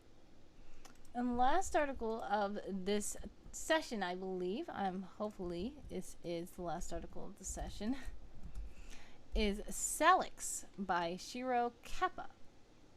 Salix. And we will see if that's Salix or Salix, not sure. If you would like to read this article, please do click the link in the chat, which I am posting right now. Seer Salix. Salix. Celix or Salix? Not sure. Short article. Seer Salix is the chief representative of Serpina and a luminist seer. He is considered the best example of an aeon's unnatural powers of clairvoyance, as his prophecies were just as, if not more accurate than Dr. Ento Hughes. During his time on Serpina, Salix was a well-respected seer that gave advice to criminals seeking reformation. He is considered Seer Alba's only living descendant, though Salix shares little in common with his ancestor. Approximately a decade before the great Eshatan, Salix's prophecies became increasingly frantic and grim, earning him the name Doomcaller. Despite the NWS Atlas experience with Dr. Ento, Salix was regarded as a public nuisance due to increasing skepticism of their clairvoyance. Salix, who developed severe anxiety due to the great Eshkan, did not help his reputation outside of passing remarks about a planet that would come to be known as Herberus. During the period between his foretelling of Herberus and its discovery, Salix hid away in his office and was rarely seen by any of the NWS staff. For a month, most assumed he had died, leaving Seer Rhea as the Rhea as the chief representative. Unfortunately for Ray, Salix was very much alive. Before this collapse of his mental health, Salix was regarded as one of the wisest figures in Aeon culture. He's polite, well-spoken, patient, and passionate, qualities shared by both Seer Alba and Seer Angio, who are both highly respected. As a luminist, he never believed himself better than the ants that treaded upon his planet or the worms in its soil. Very poetic. Though aeons do not have conventional offspring do exist. Salix has one child that is not often seen alongside him due to recent developments that are currently classified. Dr. Ento has decided to mentor Salix's son. Once again, short to the point article, interesting character, interesting world. I would like to know more, but not a lot of things are linked. There is a link to NWS Atlas. I would ask maybe to put a description on how Seer Salix looks. Eye color, hair color, if he has hair, height maybe, clothes description, and then also maybe put an article block here or something like that. Just so that the sidebar can be at length with the contents. But that's something that I always say. If you don't want to do that, you can always hide the sidebar. But I would suggest not to do it because it's only words here. But it's okay. If you don't have art, you can still use descriptions. And you can still, put quotes from them and stuff like that there also. So thanks again to Shiro Kappa for sharing this interesting article with an interesting world. And I would be interested in learning more lore about the character and the world. So, that has been a lot of articles. I've done 20. So, thank you guys so much for joining me on this weird marathon journey. And please join me again if you'd like to. Later, it's going to be at 8 p.m. Eastern Time, which is in about 8 hours and 45 minutes. So 8 p.m. Eastern Time. That's my last Great Leaders of Their People stream, and I will try to get through all of these that have been, that I've been given permission to go through. But if I'm not able to do it for any reason, I do apologize to you guys if I'm not able to get through all of the articles. I tried my best. You can go on my YouTube page and see there's several 3-hour videos and stuff like that. But thank you again for everybody who's sharing, everybody who's hanging out, everybody who's chatting, everybody who's wishing me the best and supporting me. I appreciate all you guys. Dream Cartographer says thanks for stream and can't join later because 4 a.m. but good luck. Yes, of course. You do need to sleep. I know that time zones exist, and time zones are crazy, but I do not expect everybody to join me. If nobody joins me, I'm going to just try to do my best and get through these articles as much as I can. But thanks once again to everybody for sharing, and everybody who's watching in the past, everybody who's watching live now, everybody who's lurking in the chat, everybody who's not in the chat, everybody who's always just supporting me, period, wherever you are. Thank you so much, and God bless you guys, and much love. I will try to stream again in about 8 and 45 minutes. So, have a blessed one. Leah Fellis says, you are a hero. Oh, you guys are great also. I appreciate you guys. And I would not have been able to do this without you guys. So, thank you again. And everybody have a blessed time zone, because I don't know what time it is for you guys. But yeah, get some rest. Eat food. Get some rest. Drink water. And do good stuff. Alright, God bless you guys. Thank you so much.